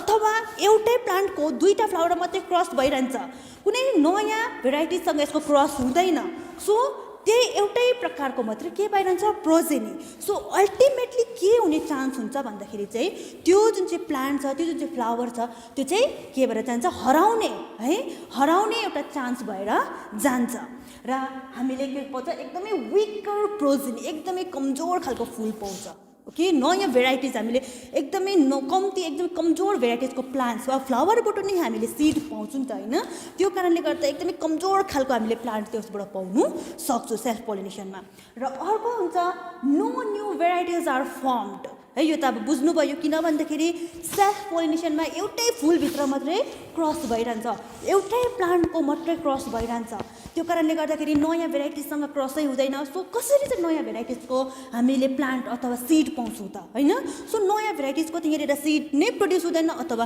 कुनै प्रकारको नयाँ भेराइटिज त हामीले प्लान्टै यहाँनिर पाउने चान्स हुँदैन त्यही प्रकारले गर्दा अर्को last disadvantage is viability of seed सिडको जुन चाहिँ भाइबिलिटी हुन्छ त्यो पनि के हुन्छ एकदमै कम्ती हुँदै जान्छ सो यो 3 प्रकारको के हो डिसएडभान्टेज र 3 प्रकारको advantage important advantages important disadvantages यसको सेल्फ पोलिनेसन जो तपाईँहरूलाई एकदमै याद हुनु जरुरी छ र त्यस्तै प्रकारले हामी क्रस पोलिनेसन हेरौँ है र क्रस पोलिनेसनको एडभान्टेजेसमा के रहेछ त नम्बर 1 एडभान्टेजेस हामीले यसमा हेल्दियर प्रोजेनी ओके सो जुन प्रकारको यहाँनिर प्रोजेनी पाउँछ हामीले यसमा कस्तो हुन्छ हेल्दी खालको किन भन्दाखेरि यहाँनिर दुईटा प्लान्ट इन्भल्भ छ सो नयाँ भेराइटीसँग पनि यो के हुन्छ क्रस हुन्छ सो अब हामीले हेल्दियर प्रोजेनी पाउने चान्स हुन्छ जो चाहिँ के गर्छ which are better adapted to struggle for exist गर्नुको लागि स्ट्रगल गर्नु सक्ने एउटा हेल्दी प्रोजेनी हामीले कसमा पाउँछौँ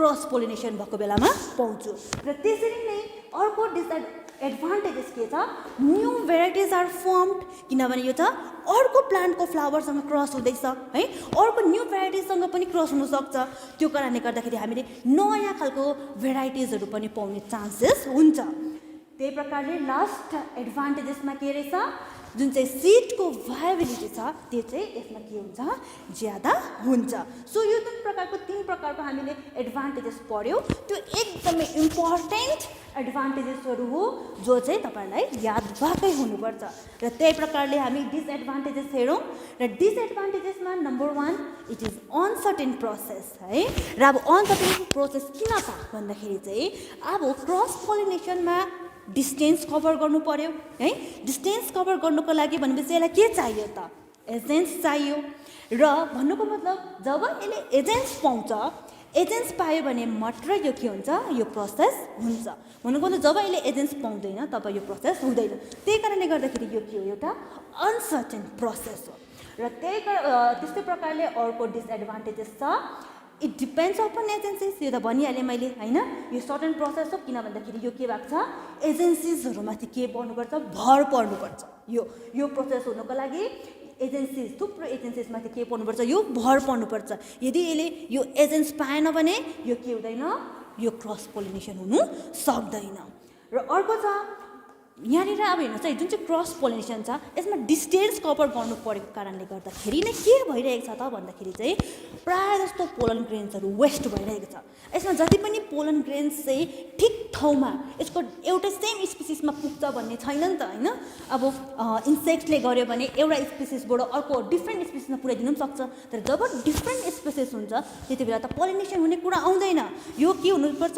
पोलिनेसनको लागि सेम स्पिसिस भएकोमा पुग्नुपर्छ र यो हुँदाखेरि चाहिँ के हुन्छ त्यो पोलन ग्रेन के भएर जान्छ त वेस्ट भएर जान्छ सो ड्युरिङ क्रस पोलिनेसन के हुँदैछ पोलन ग्रेन्स थुप्रै पोलन ग्रेन्सहरू के भएर जाँदैछ वेस्ट भएर जाँदैछ सो हेर्नुहोस् है आज हामीले के पढ्यौँ सेल्फ पोलिनेसनको यहाँनिर के पढ्यो 3टा एडभान्टेजेस र 3टा डिसएडभान्टेजेस त्यसरी नै क्रस पोलिनेसनको 3टा एडभान्टेजेस र 3टा डिसएडभान्टेजेस र आज हामीले ब्रिफली भन्नु पर्यो भने है फर्स्टमा हामीले फ्लावरको डिफ्रेन्ट पार्ट्सहरू हेऱ्यौँ है स्टिग्मा के हो ओभरी के हो अर यो के स्ट्यामेन्स के हो पिस्टिल र कार्पेलमा के फरक छ अथवा पिस्टिल र कार्पेल के हो त्यो हेऱ्यौँ है त्यस पछाडि पोलिनेसनलाई हामीले एकदमै डिटेल रूपमा हेऱ्यौँ होप तपाईँहरूले यहाँसम्म आज सबै बुझ्नुभयो होला है र आजको लागि म यहीँसम्म गर्नेछु थ्याङ्क यू भेरी मच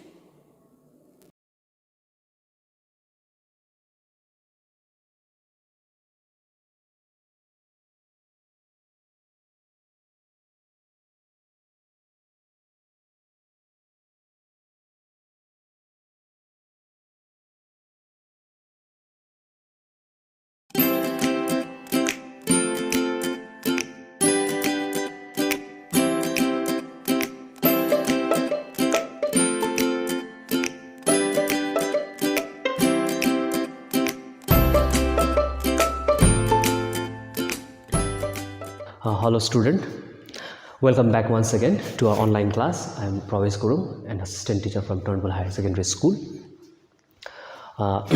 अस्ति हामीले जुन चाहिँ कम्पनी अकाउन्ट गर्यौं कम्पनी अकाउन्ट गर्दाखेरि तिमीहरुलाई थाहा छ हामीले पार्ट र प्रिमियमको प्रब्लम गर्यौं हामीले कल्स इन अरियर र कल्स इन एडभान्सको र आज अर्को टपिक के छ भन्दाखेरि रिइस्यु एन्ड फोरफिचर है रिइस्यु एन्ड फोरफिचरले चाहिँ के बताउँछ भन्दाखेरि अस्तिको क्लासमा नै मैले तिमीहरुलाई के बताइसके भन्दाखेरि फोरफिट कतिखेर हुन्छ जब कल्स इन अरियर हुन्छ जब कुनै पनि शेयर होल्डरले उसको कुनै पनि इन्स्टलमेन्टको पैसा नतिर्दाखेरि चाहिँ उसको शेयरलाई हामीले क्यान्सल गरिदिन्छ क्यान्सल गर्नु भनेकोलाई नै फोरफिट भन्छ हामीले है अच्छा अब त्यो क्यान्सल गरिसकेको बादमा त्यसलाई फेरि रिइस्यु गर्दैछ फोरफिट पनि भयो रिइस्यु पनि भएको प्रब्लम हामी गर्नेवाला छ र क्वेशन फेरि यस्तो प्रकारले छ तिमीहरुको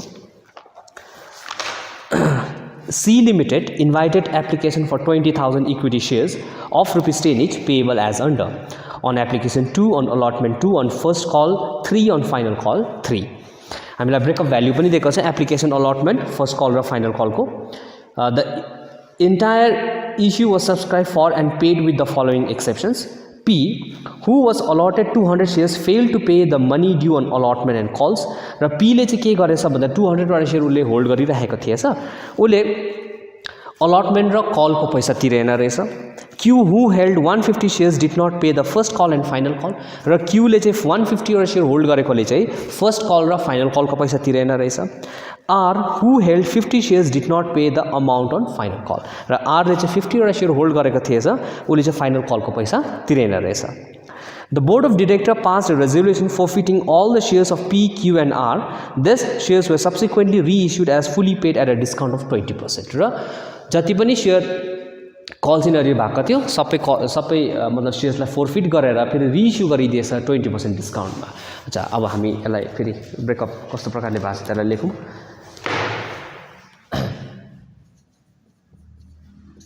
application allotment first call second call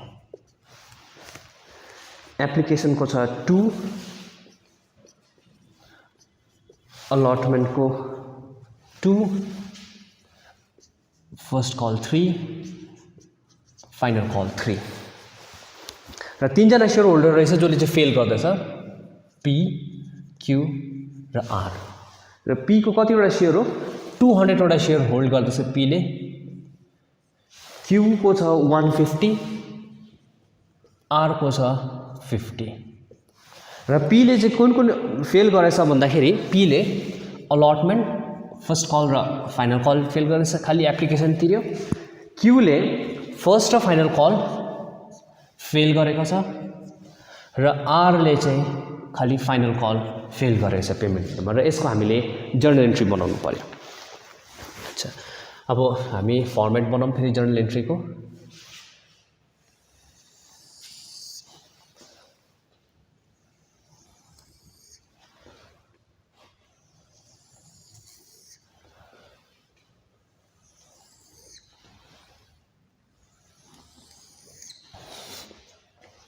पहिला हामी एप्लिकेसनको रिसिभिङ एन्ट्री त्यो थाहा भएको कुरा हो तिमीहरूलाई बैंक अकाउन्ट डेबिटेड टु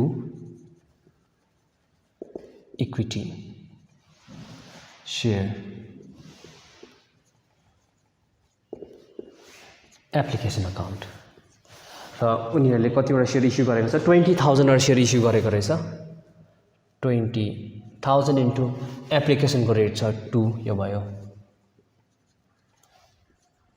40,000 अब जस्तै हामी एप्लिकेसनको हामीले एन्ट्री गर्छ एप्लिकेसनको एन्ट्री गर्ने साथसाथ अब यसलाई फेरि हामीले के गर्छ ट्रान्सफरिङ एन्ट्री गर्नु पर्यो equity share application account debited to equity share capital account 40,000 यहाँ पनि लेख्छु म 40,000 अब अलटमेन्टको हामीले ड्यू एन्ट्री पास गर्नु पर्यो equity share allotment account debited to equity share capital account अब यो पनि 20,000 वटा शेयर्स हो अलटमेन्टको 2 रुपीस गर्दाखेरि यो भयो 40,000 ठीक छ अब अलटमेन्टको हामीले के गर्छ भन्दाखेरि रिसिभिङ एन्ट्री पास गर्छ रिसिभिङ एन्ट्री पास गर्दा अलटमेन्टमा के भएको छ 200 वटा शेयर होल्ड गर्ने अलटमेन्टदेखि नै उसले फेल गर्दैछ है अच्छा अब यसमा रिसिभिङ एन्ट्री गर्दाखेरि लेख्नु पर्यो bank account debited calls in arrear account debited to equity share allotment account र इक्विटी शेयर अलटमेन्ट हुनुपर्ने 40,000 हो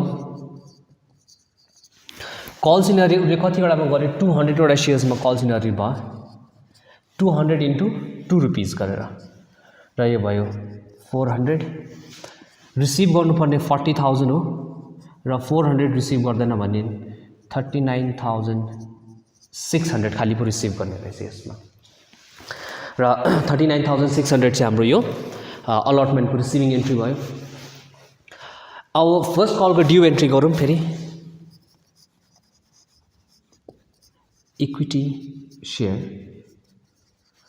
first call account debited to equity share capital account अच्छा इक्विटी शेयर फर्स्ट कलको रेट 3 रुपीस हो यो हाम्रो 20,000 शेयर्स इन्टु 3 गर्दाखेरि यो भयो 60,000 है यसको रिसिभिङ एन्ट्री यता गरिदिन्छु म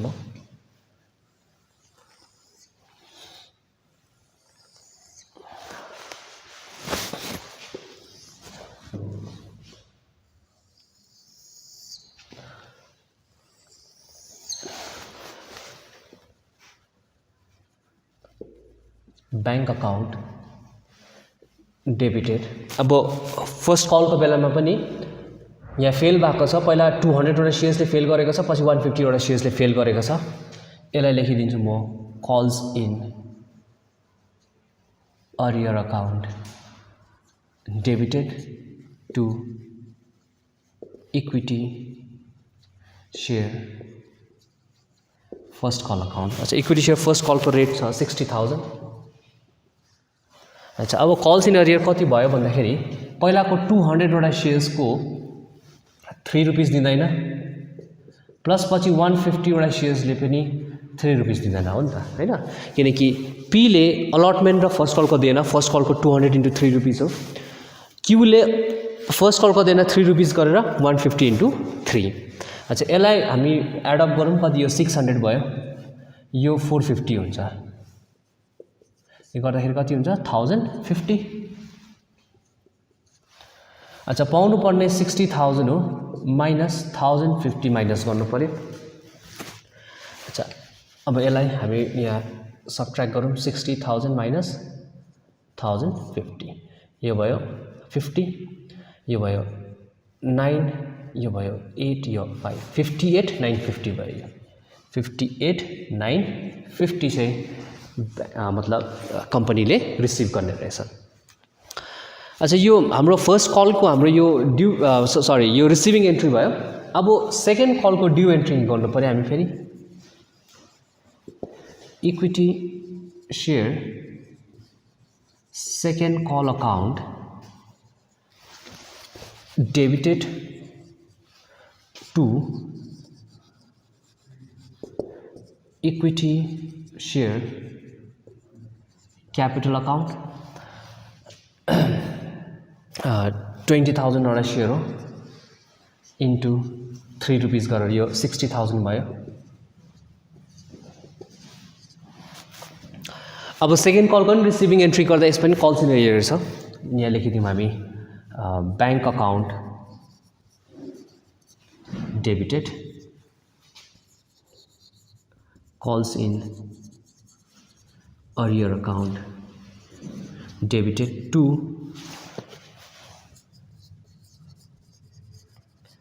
equity share second call account.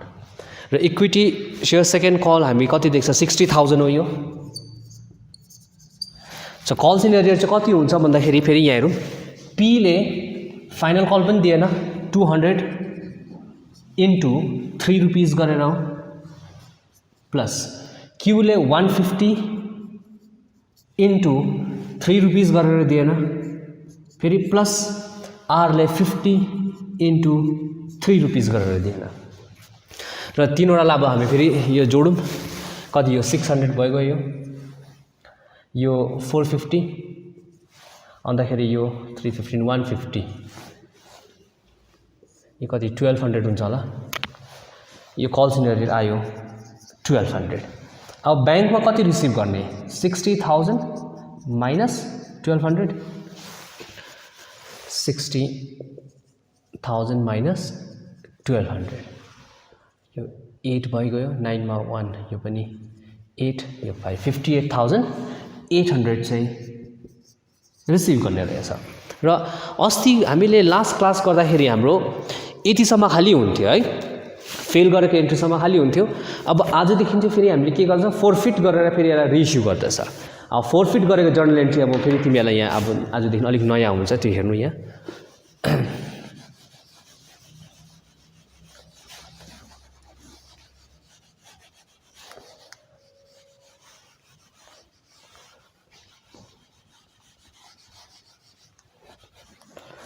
अच्छा, फोरफिट गर्दा चाहिँ जर्नल एन्ट्री के हुन्छ भन्दाखेरि अहिलेसम्म तिमीहरूले जति पनि जर्नल एन्ट्री गर्दाखेरि इक्विटी शेयर क्यापिटललाई सबै तिमीहरूले क्रेडिटमा लेख्दै थियौ। यस्तै प्रकारले तिमीहरूले सरी यहाँ इक्विटी शेयर क्यापिटल यहाँ क्रेडिटमा छ, यसको अगाडि पनि थियो तिमीहरूको है एप्लिकेसन अलटमेन्ट फर्स्ट कल र फाइनल कलमा सबैमा तिमीहरूले इक्विटी शेयर क्यापिटललाई क्रेडिटमा लेख्दै थियो भने अब इक्विटी शेयर क्यापिटललाई चाहिँ हामीले डेबिटमा लेख्नुपर्छ जब फोरफिट गर्छ, किनकि क्यान्सल गरेको हो नि त। त्यसलाई क्रेडिटमा गरेको छ भने अब हामीले के गर्नु पर्यो, डेबिटमा लेख्नु पर्यो। Equity share capital account debited, right? 2 calls in arrear account, 2 forfeited shares account. यो तिमीहरुको forfeiture entry चाहिँ के हुँदो रहेछ भन्दाखेरि equity share capital account debited, 2 calls in arrear, 2 forfeited shares account. अच्छा, अब इक्विटी शेयर क्यापिटल चाहिँ हुनुपर्ने चाहिँ कति हो भन्दाखेरि हाम्रो यहाँ कतिवटा शेयर्स फेल भएको छ, मतलब यसमा सबै यहाँ हामीले एड अप गर्यो भने 400 वटा शेयर्स हाम्रो फेल भएको छ. 400 इन्टु र अहिलेसम्म हाम्रो कल्ड अप के भयो? कल्ड अप के भयो भन्दाखेरि एप्लिकेसन कल्ड अप भयो, अलटमेन्ट कल्ड अप भयो, फर्स्ट कल र फाइनल कल, र टोटल अब हाम्रो कति भयो भन्दाखेरि मतलब सबै हाम्रो इन्स्टलमेन्ट नै कल्ड अप भयो भने यसको सबैको हामी एड अप गरौँ. 2 2 3 3 लाई एड गर्दाखेरि 10 रुपीस भयो कि भने सबै कल्ड अप भएको र 400 इन्टु 10 गर्यो भने हाम्रो आयो यो 4000. अब कल्स इन अरियर हेरौँ. कल्स इन अरियर चाहिँ कति कति छ भन्दाखेरि पहिला 200 इन्टु है पी को के फेल गर्यो? Allotment, first call, final call. यो 8 रुपीस फेल गर्यो उसले, 8 रुपीस तिरेन, प्लस 150 ले के कति तिरेन? 3 + 3 6 रुपीस तिरेन उसले, प्लस 50 ले 3 रुपीस तिरेन, लास्ट को तिरेन. अब यसलाई हामी मल्टिप्लाई गरौँ. यो 1600 हुन्छ, यो 6530 900 भयो है. यो 3515 150 भयो. 16 2650 को चाहिँ हाम्रो के हुँदो रहेछ भन्दाखेरि कल्स इन अरियरमा लिँदो रहेछ. र कल्स इन अरियरमा म लेख्छु यो 2650 2650 यो कल्स इन अरियरमा आयो. अब फोरफिटेड शेयर्स चाहिँ कति हुन्छ भन्दाखेरि 200 वालाले जुन चाहिँ पी थियो 200 ले कति तिर्यो? 2 रुपीस तिर्यो, यो 2 आयो यहाँ, प्लस 150 ले के तिर्यो? एप्लिकेसन र अलटमेन्ट तिर्यो, मतलब 4 रुपीस तिर्यो. 50 वटा शेयर गर्नेले के तिर्यो? 2 4 7 रुपीस तिरेछ उसले. र यसलाई कति भन्छ? यो 400 भयो, यो 600, यो 350 1350 हुँदो रहेछ एड गर्दाखेरि. अब यसलाई पनि एड गर्यो भने 4000 नै हुन्छ है. र यो भयो हाम्रो फोरफिचर एन्ट्री. अब यदि एक्जाममा तिमीहरूलाई खाली फोरफिचरसम्म सोधेको छ भने यहाँसम्म खाली तिमीले एन्ट्री गर्नु, तर रिइस्यु भएको छ भने चाहिँ फेरि यसको अगाडि जान्छ. तर यो प्रब्लममा चाहिँ के भएको छ भन्दाखेरि रिइस्यु भएको छ. रिइस्यु चाहिँ कति भएको छ भन्दाखेरि fully paid at a discount of 20%. Discount of 20% भनेको चाहिँ के हो भन्दाखेरि तिमीको फेस भ्याल्यु 10 रुपीस हो सेयर, यसको चाहिँ 20% डिस्काउन्टमा इस्यु भयो भनेको. 20% डिस्काउन्ट हुनु भनेको 2 रुपीस डिस्काउन्ट हो, र रिइस्यु चाहिँ कतिमा भएछ भन्दाखेरि 8 रुपीसमा रिइस्यु भएछ. ठिक छ. अब तिमीहरूको जब रिइस्यु गर्छ, रिइस्युको एन्ट्री हेर्नु. अब फेरि रिइस्यु गर्दाखेरि के हुन्छ? पैसा आउँछ हैन, ब्याङ्क अकाउन्ट डेबिटेड भयो, bank account debited to equity share capital भन्छ हैन. अहिलेसम्म जति पनि हाम्रो रिसिभिङ एन्ट्री गर्दाखेरि इक्विटी शेयर क्यापिटल हामीले क्रेडिट गर्छ, किनकि पैसा आयो, bank account debited to capital भन्छ, तर यो सेयर्सको, र bank account debited to equity share capital भन्छ हामीले. कतिवटा सेयरलाई हामीले रिइस्यु गरेको? 400 वटा सेयरलाई नै रिइस्यु गरेको. खास सेयरको दाम कति हो? 10 रुपीस हो, यो 4000 हो. तर 400 वटा सेयरलाई रिइस्यु चाहिँ कतिमा गरेछ भन्दा 20% डिस्काउन्ट भन्दाखेरि 2 रुपीस डिस्काउन्ट भयो, र 8 रुपीसमा चाहिँ के गरेछ? इस्यु गरेछ, रिइस्यु भएछ है. यसलाई मल्टिप्लाई गर्दा भयो 3200. अब जुन चाहिँ 2 रुपीसको तिमीहरूको जुन चाहिँ त्यो डिसब्यालेन्स भइरहेछ, जुन चाहिँ त्यो लस भन्छ है, त्यो चाहिँ कहाँबाट कभर अप गर्छ भन्दाखेरि यही फोरफिटेड सेयर्सबाट कभर गर्छ. यसलाई लेख्छ फोरफिटेड सेयर्स अकाउन्ट डेबिटेड. अच्छा, यो फोरफिटेड सेयर्स भनेको चाहिँ के हो भन्दाखेरि जुन चाहिँ यो पीले 200 वटा सेयर्सको 2 रुपीस दियो, क्यूले कति दियो भन्दाखेरि 4 रुपीस दियो, R ले कति दियो भन्दाखेरि 7 रुपैयाँ दिएको जुन चाहिँ यो पैसा छ यो पैसा चाहिँ उना यो शेयर होल्डरलाई चाहिँ रिफन्ड गरिदिँदैन र यो पैसा चाहिँ के हुन्छ भन्दाखेरि कम्पनीमा नै बस्छ अन्त यो रिफन्ड नगरेको पैसालाई चाहिँ के गर्दो रहेछ भन्दाखेरि उनीहरूले यसलाई चाहिँ रिइस्यु गर्दो रहेछ ठीक छ अच्छा अब मतलब रिइस्यु गर्दाखेरि चाहिँ यो पैसा चाहिँ यहाँ मिलाइदिँदैछ कति मिलाइदियो भन्दाखेरि 400 into 2 800 रुपैयाँ चाहिँ मिलाइदिएछ यो भयो हाम्रो रिइस्युको एन्ट्री है रिइस्यु गर्दा के भयो अब यसको बादमा प्रफिट भयो कि लस भयो है अब जति पनि प्रफिट हुन्छ त्यसलाई सबै हामी के भन्छ क्यापिटल रिजर्भमा ट्रान्सफर गर्छ कहाँ गर्छ अरे क्यापिटल रिजर्भ त्यसको लागि फेरि जर्नल एन्ट्री लेख्नु पर्यो forfeited shares account debited to capital reserve account अच्छा अब तिमीहरुलाई यहाँ चाहिँ सिम्पल एउटा लजिक चाहिँ के छ भन्दाखेरि जतिवटा तिमीहरुको फोरफिट भयो त्यतिवटालाई नै रिइस्यु गर्यो भने चाहिँ केही प्रब्लम छैन यहाँबाट नै हामी डेबिट र क्रेडिट माइनस गर्दा आइहाल्छ है अब यसलाई चाहिँ के गर्नु भन्दाखेरि तिमीहरुको एउटा फोरफिटेड शेयर्स यहाँ छ क्रेडिटमा 1350 एउटा फोरफिटेड शेयर्स छ यहाँ 800 डेबिटमा छ यो क्रेडिट 1350 माइनस 800 लाई माइनस गर्दा सिधा आइहाल्यो यसलाई 800 माइनस गर्यो भने यो 5 भइगयो यो 550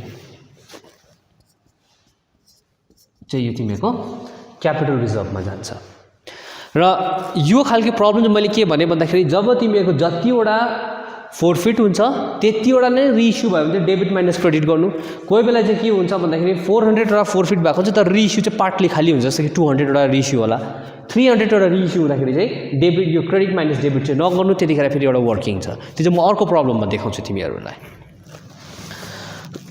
अब अर्को प्रब्लम चाहिँ तिमीहरुको फेरि यस्तो प्रकारले छ A Limited invited application for 10,000 shares of rupees 100 each at a premium of 10 per share. The amount is payable as follows on application 25, on allotment 35, including premium on first call 25 and on final call 25. The application were received for 9,000 shares and this were accepted in full. The application is 9,000 shares issue the 10,000 gareko. All money due were received except the first and final call money on 200 shares. र first र final कलमा 200 वटा शेयर्सकोबाट चाहिँ उनीहरूले receive गरेन रहेछ which were forfeited out of these shares 100 shares were subsequently reissued at the rate of 90 per share. अब यसमा के गरेछ भन्दाखेरि 200 वटा उनीहरुको फोरफिट भएको तर 100 वटालाई खाली उनीहरूले के गरेछ रिइस्यु गरेछ है अब यस्तोलाई चाहिँ पार्टली प्रब्लम हुन्छ यो चाहिँ अच्छा यसको अमाउन्ट लेखौं एप्लिकेसनको हो 25 अलटमेन्टको भनेको छ 35 including premium र premium 10 rupees हो 25 plus 10 है र 35 भयो यो फर्स्ट र फाइनल कल 25 रहेछ यो 25 यो 25 एउटा शेयर होल्डर थिएछ उले 200 वटा शेयर होल्ड गर्दै थिएछ 200 वटा शेयर होल्ड गर्नेले चाहिँ के गरेछ भन्दाखेरि फर्स्ट र फाइनल कलको पैसा पेमेन्ट गरेन रहेछ र उले एप्लिकेसन र अलटमेन्टको खाली पेमेन्ट गरेछ अच्छा अब यसको फेरि जर्नल एन्ट्री पास गर्नु भनेको छ हामीलाई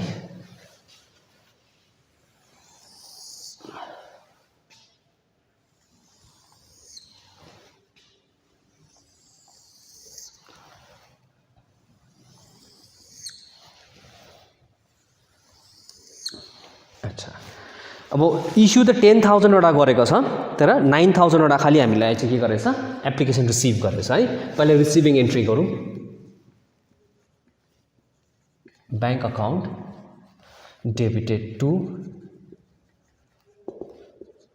इक्विटी शेयर एप्लिकेसन अकाउन्ट र 9,000 वटा shares into 25 गरेर कति हुन्छ 1,45,000 हुन्छ हैन 2,25,000 हुने रहेछ यो है यो रिसिभिङ एन्ट्री भयो अब फेरि यसको transferring entry equity share application account debited to equity share capital account. यो पनि भयो 2,25,000. अब अलटमेन्ट को हाम्रो फेरि ड्यू एन्ट्री गर्नु पर्यो है. Equity share allotment account debited to equity share capital account. अब यसमा प्रिमियम पनि छ. प्रिमियम छ भने फेरि हामी के लेख्छ, to securities premium reserve account है. यो हो हाम्रो 9,000 इन्टु 25 गरेर हो यो. 9,000 इन्टु 25 अघि नै हामीले क्याल्कुलेट गर्छ 2,25,000 र यो हो 9,000 इन्टु 10 गर्दाखेरि यो भयो 90,000.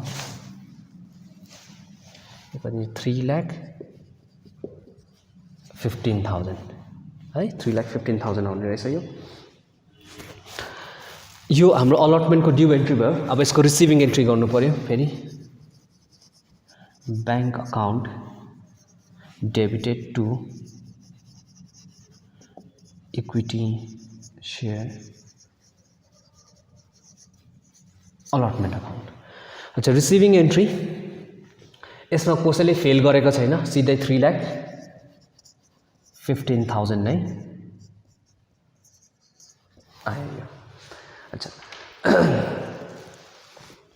अब हाम्रो यहाँ के भएको छ भन्दाखेरि जब फर्स्ट कल बोलायो, फर्स्ट कलमा चाहिँ फेल भएको छ. पहिला फर्स्ट कलको ड्यू एन्ट्री गरौँ. Equity share first call account debited to equity share capital account. यो हो हाम्रो कति 9,000 वटा शेयर हो इन्टु 25 गरेर यो पनि भयो 2,25,000. 2,25,000 भयो. अब यसको रिसिभिङ एन्ट्री म यहाँ गरिदिन्छु.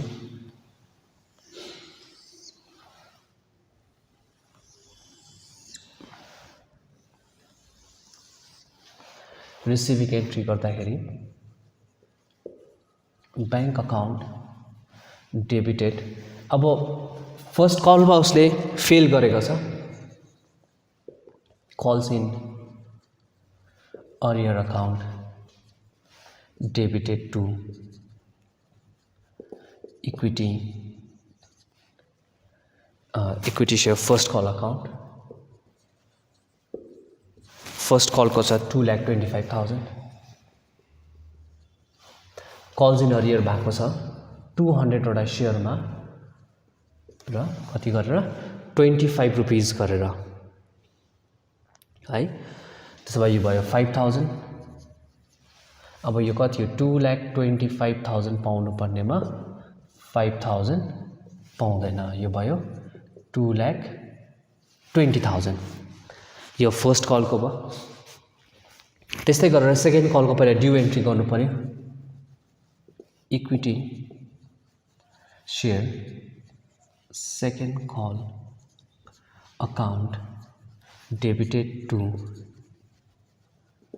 इक्विटी शेयर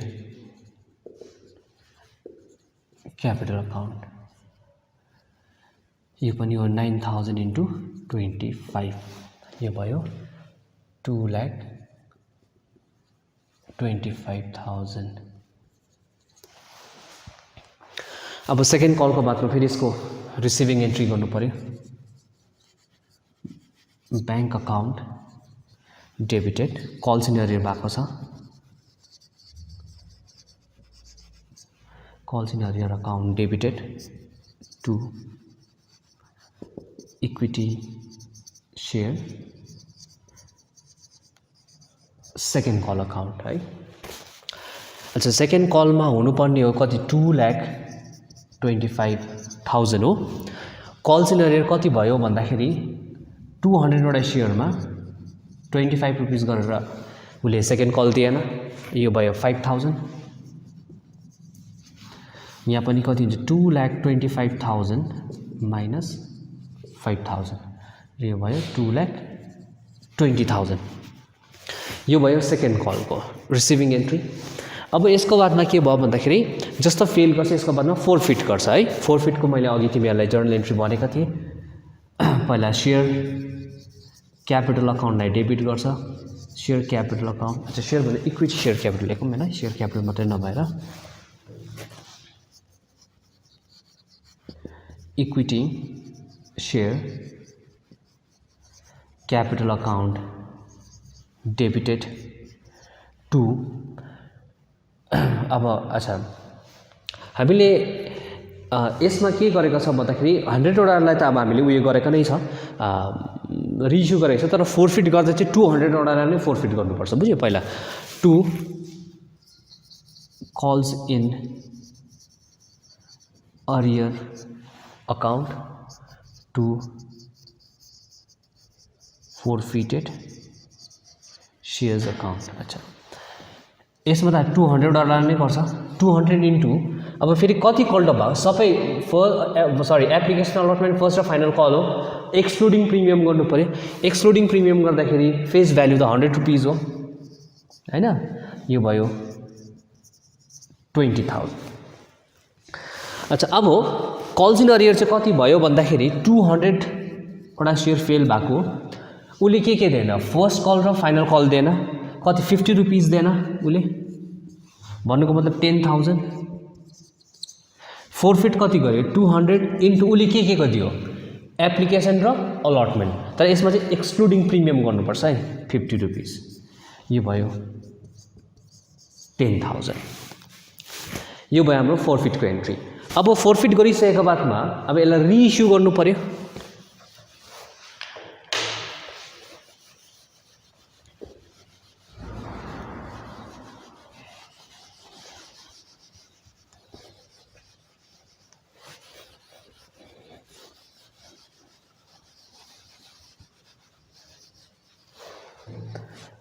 रिइस्यु गर्दाखेरि लेख्नु पर्यो bank account debited to equity share capital account. अच्छा जहाँबाट चाहिँ फेरि अब हामीले मिलाउँछ त्यसलाई चाहिँ भन्छ फेरि हामीले फोरफिटेड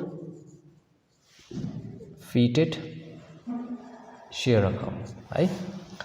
अच्छा सेयर क्यापिटल कतिवटा रिइस्यु गर्दैछ यसमा 100 वटालाई रिइस्यु गरेको, खालि 100 वटा रिइस्यु भएको है। अच्छा खास सेयर क्यापिटल त कतिको 100 रुपीसको, यो भयो 10,000। रिइस्यु चाहिँ कति गरेछ भन्दाखेरि 100 रुपीसको चाहिँ 90 रुपीसमा रिइस्यु गरेको होला, एट द रेट अफ 90 रुपीसमा रिइस्यु गर्यो, यो भयो 9,000। जुन चाहिँ अब 100 रुपीसको 100 रेसियोको 10 रुपीस जुन चाहिँ अब हामीलाई त्यो डिस्काउन्टमा त्यो जुन कहाँबाट मिल्छ भन्दा मैले अघि नै भनेको थिएँ त्यो फोरफिट गरेको पैसाबाट मिल्छ, यो भयो 1,000 है। अब हामीले क्यापिटल रिजर्भको एन्ट्री गर्नु पर्यो।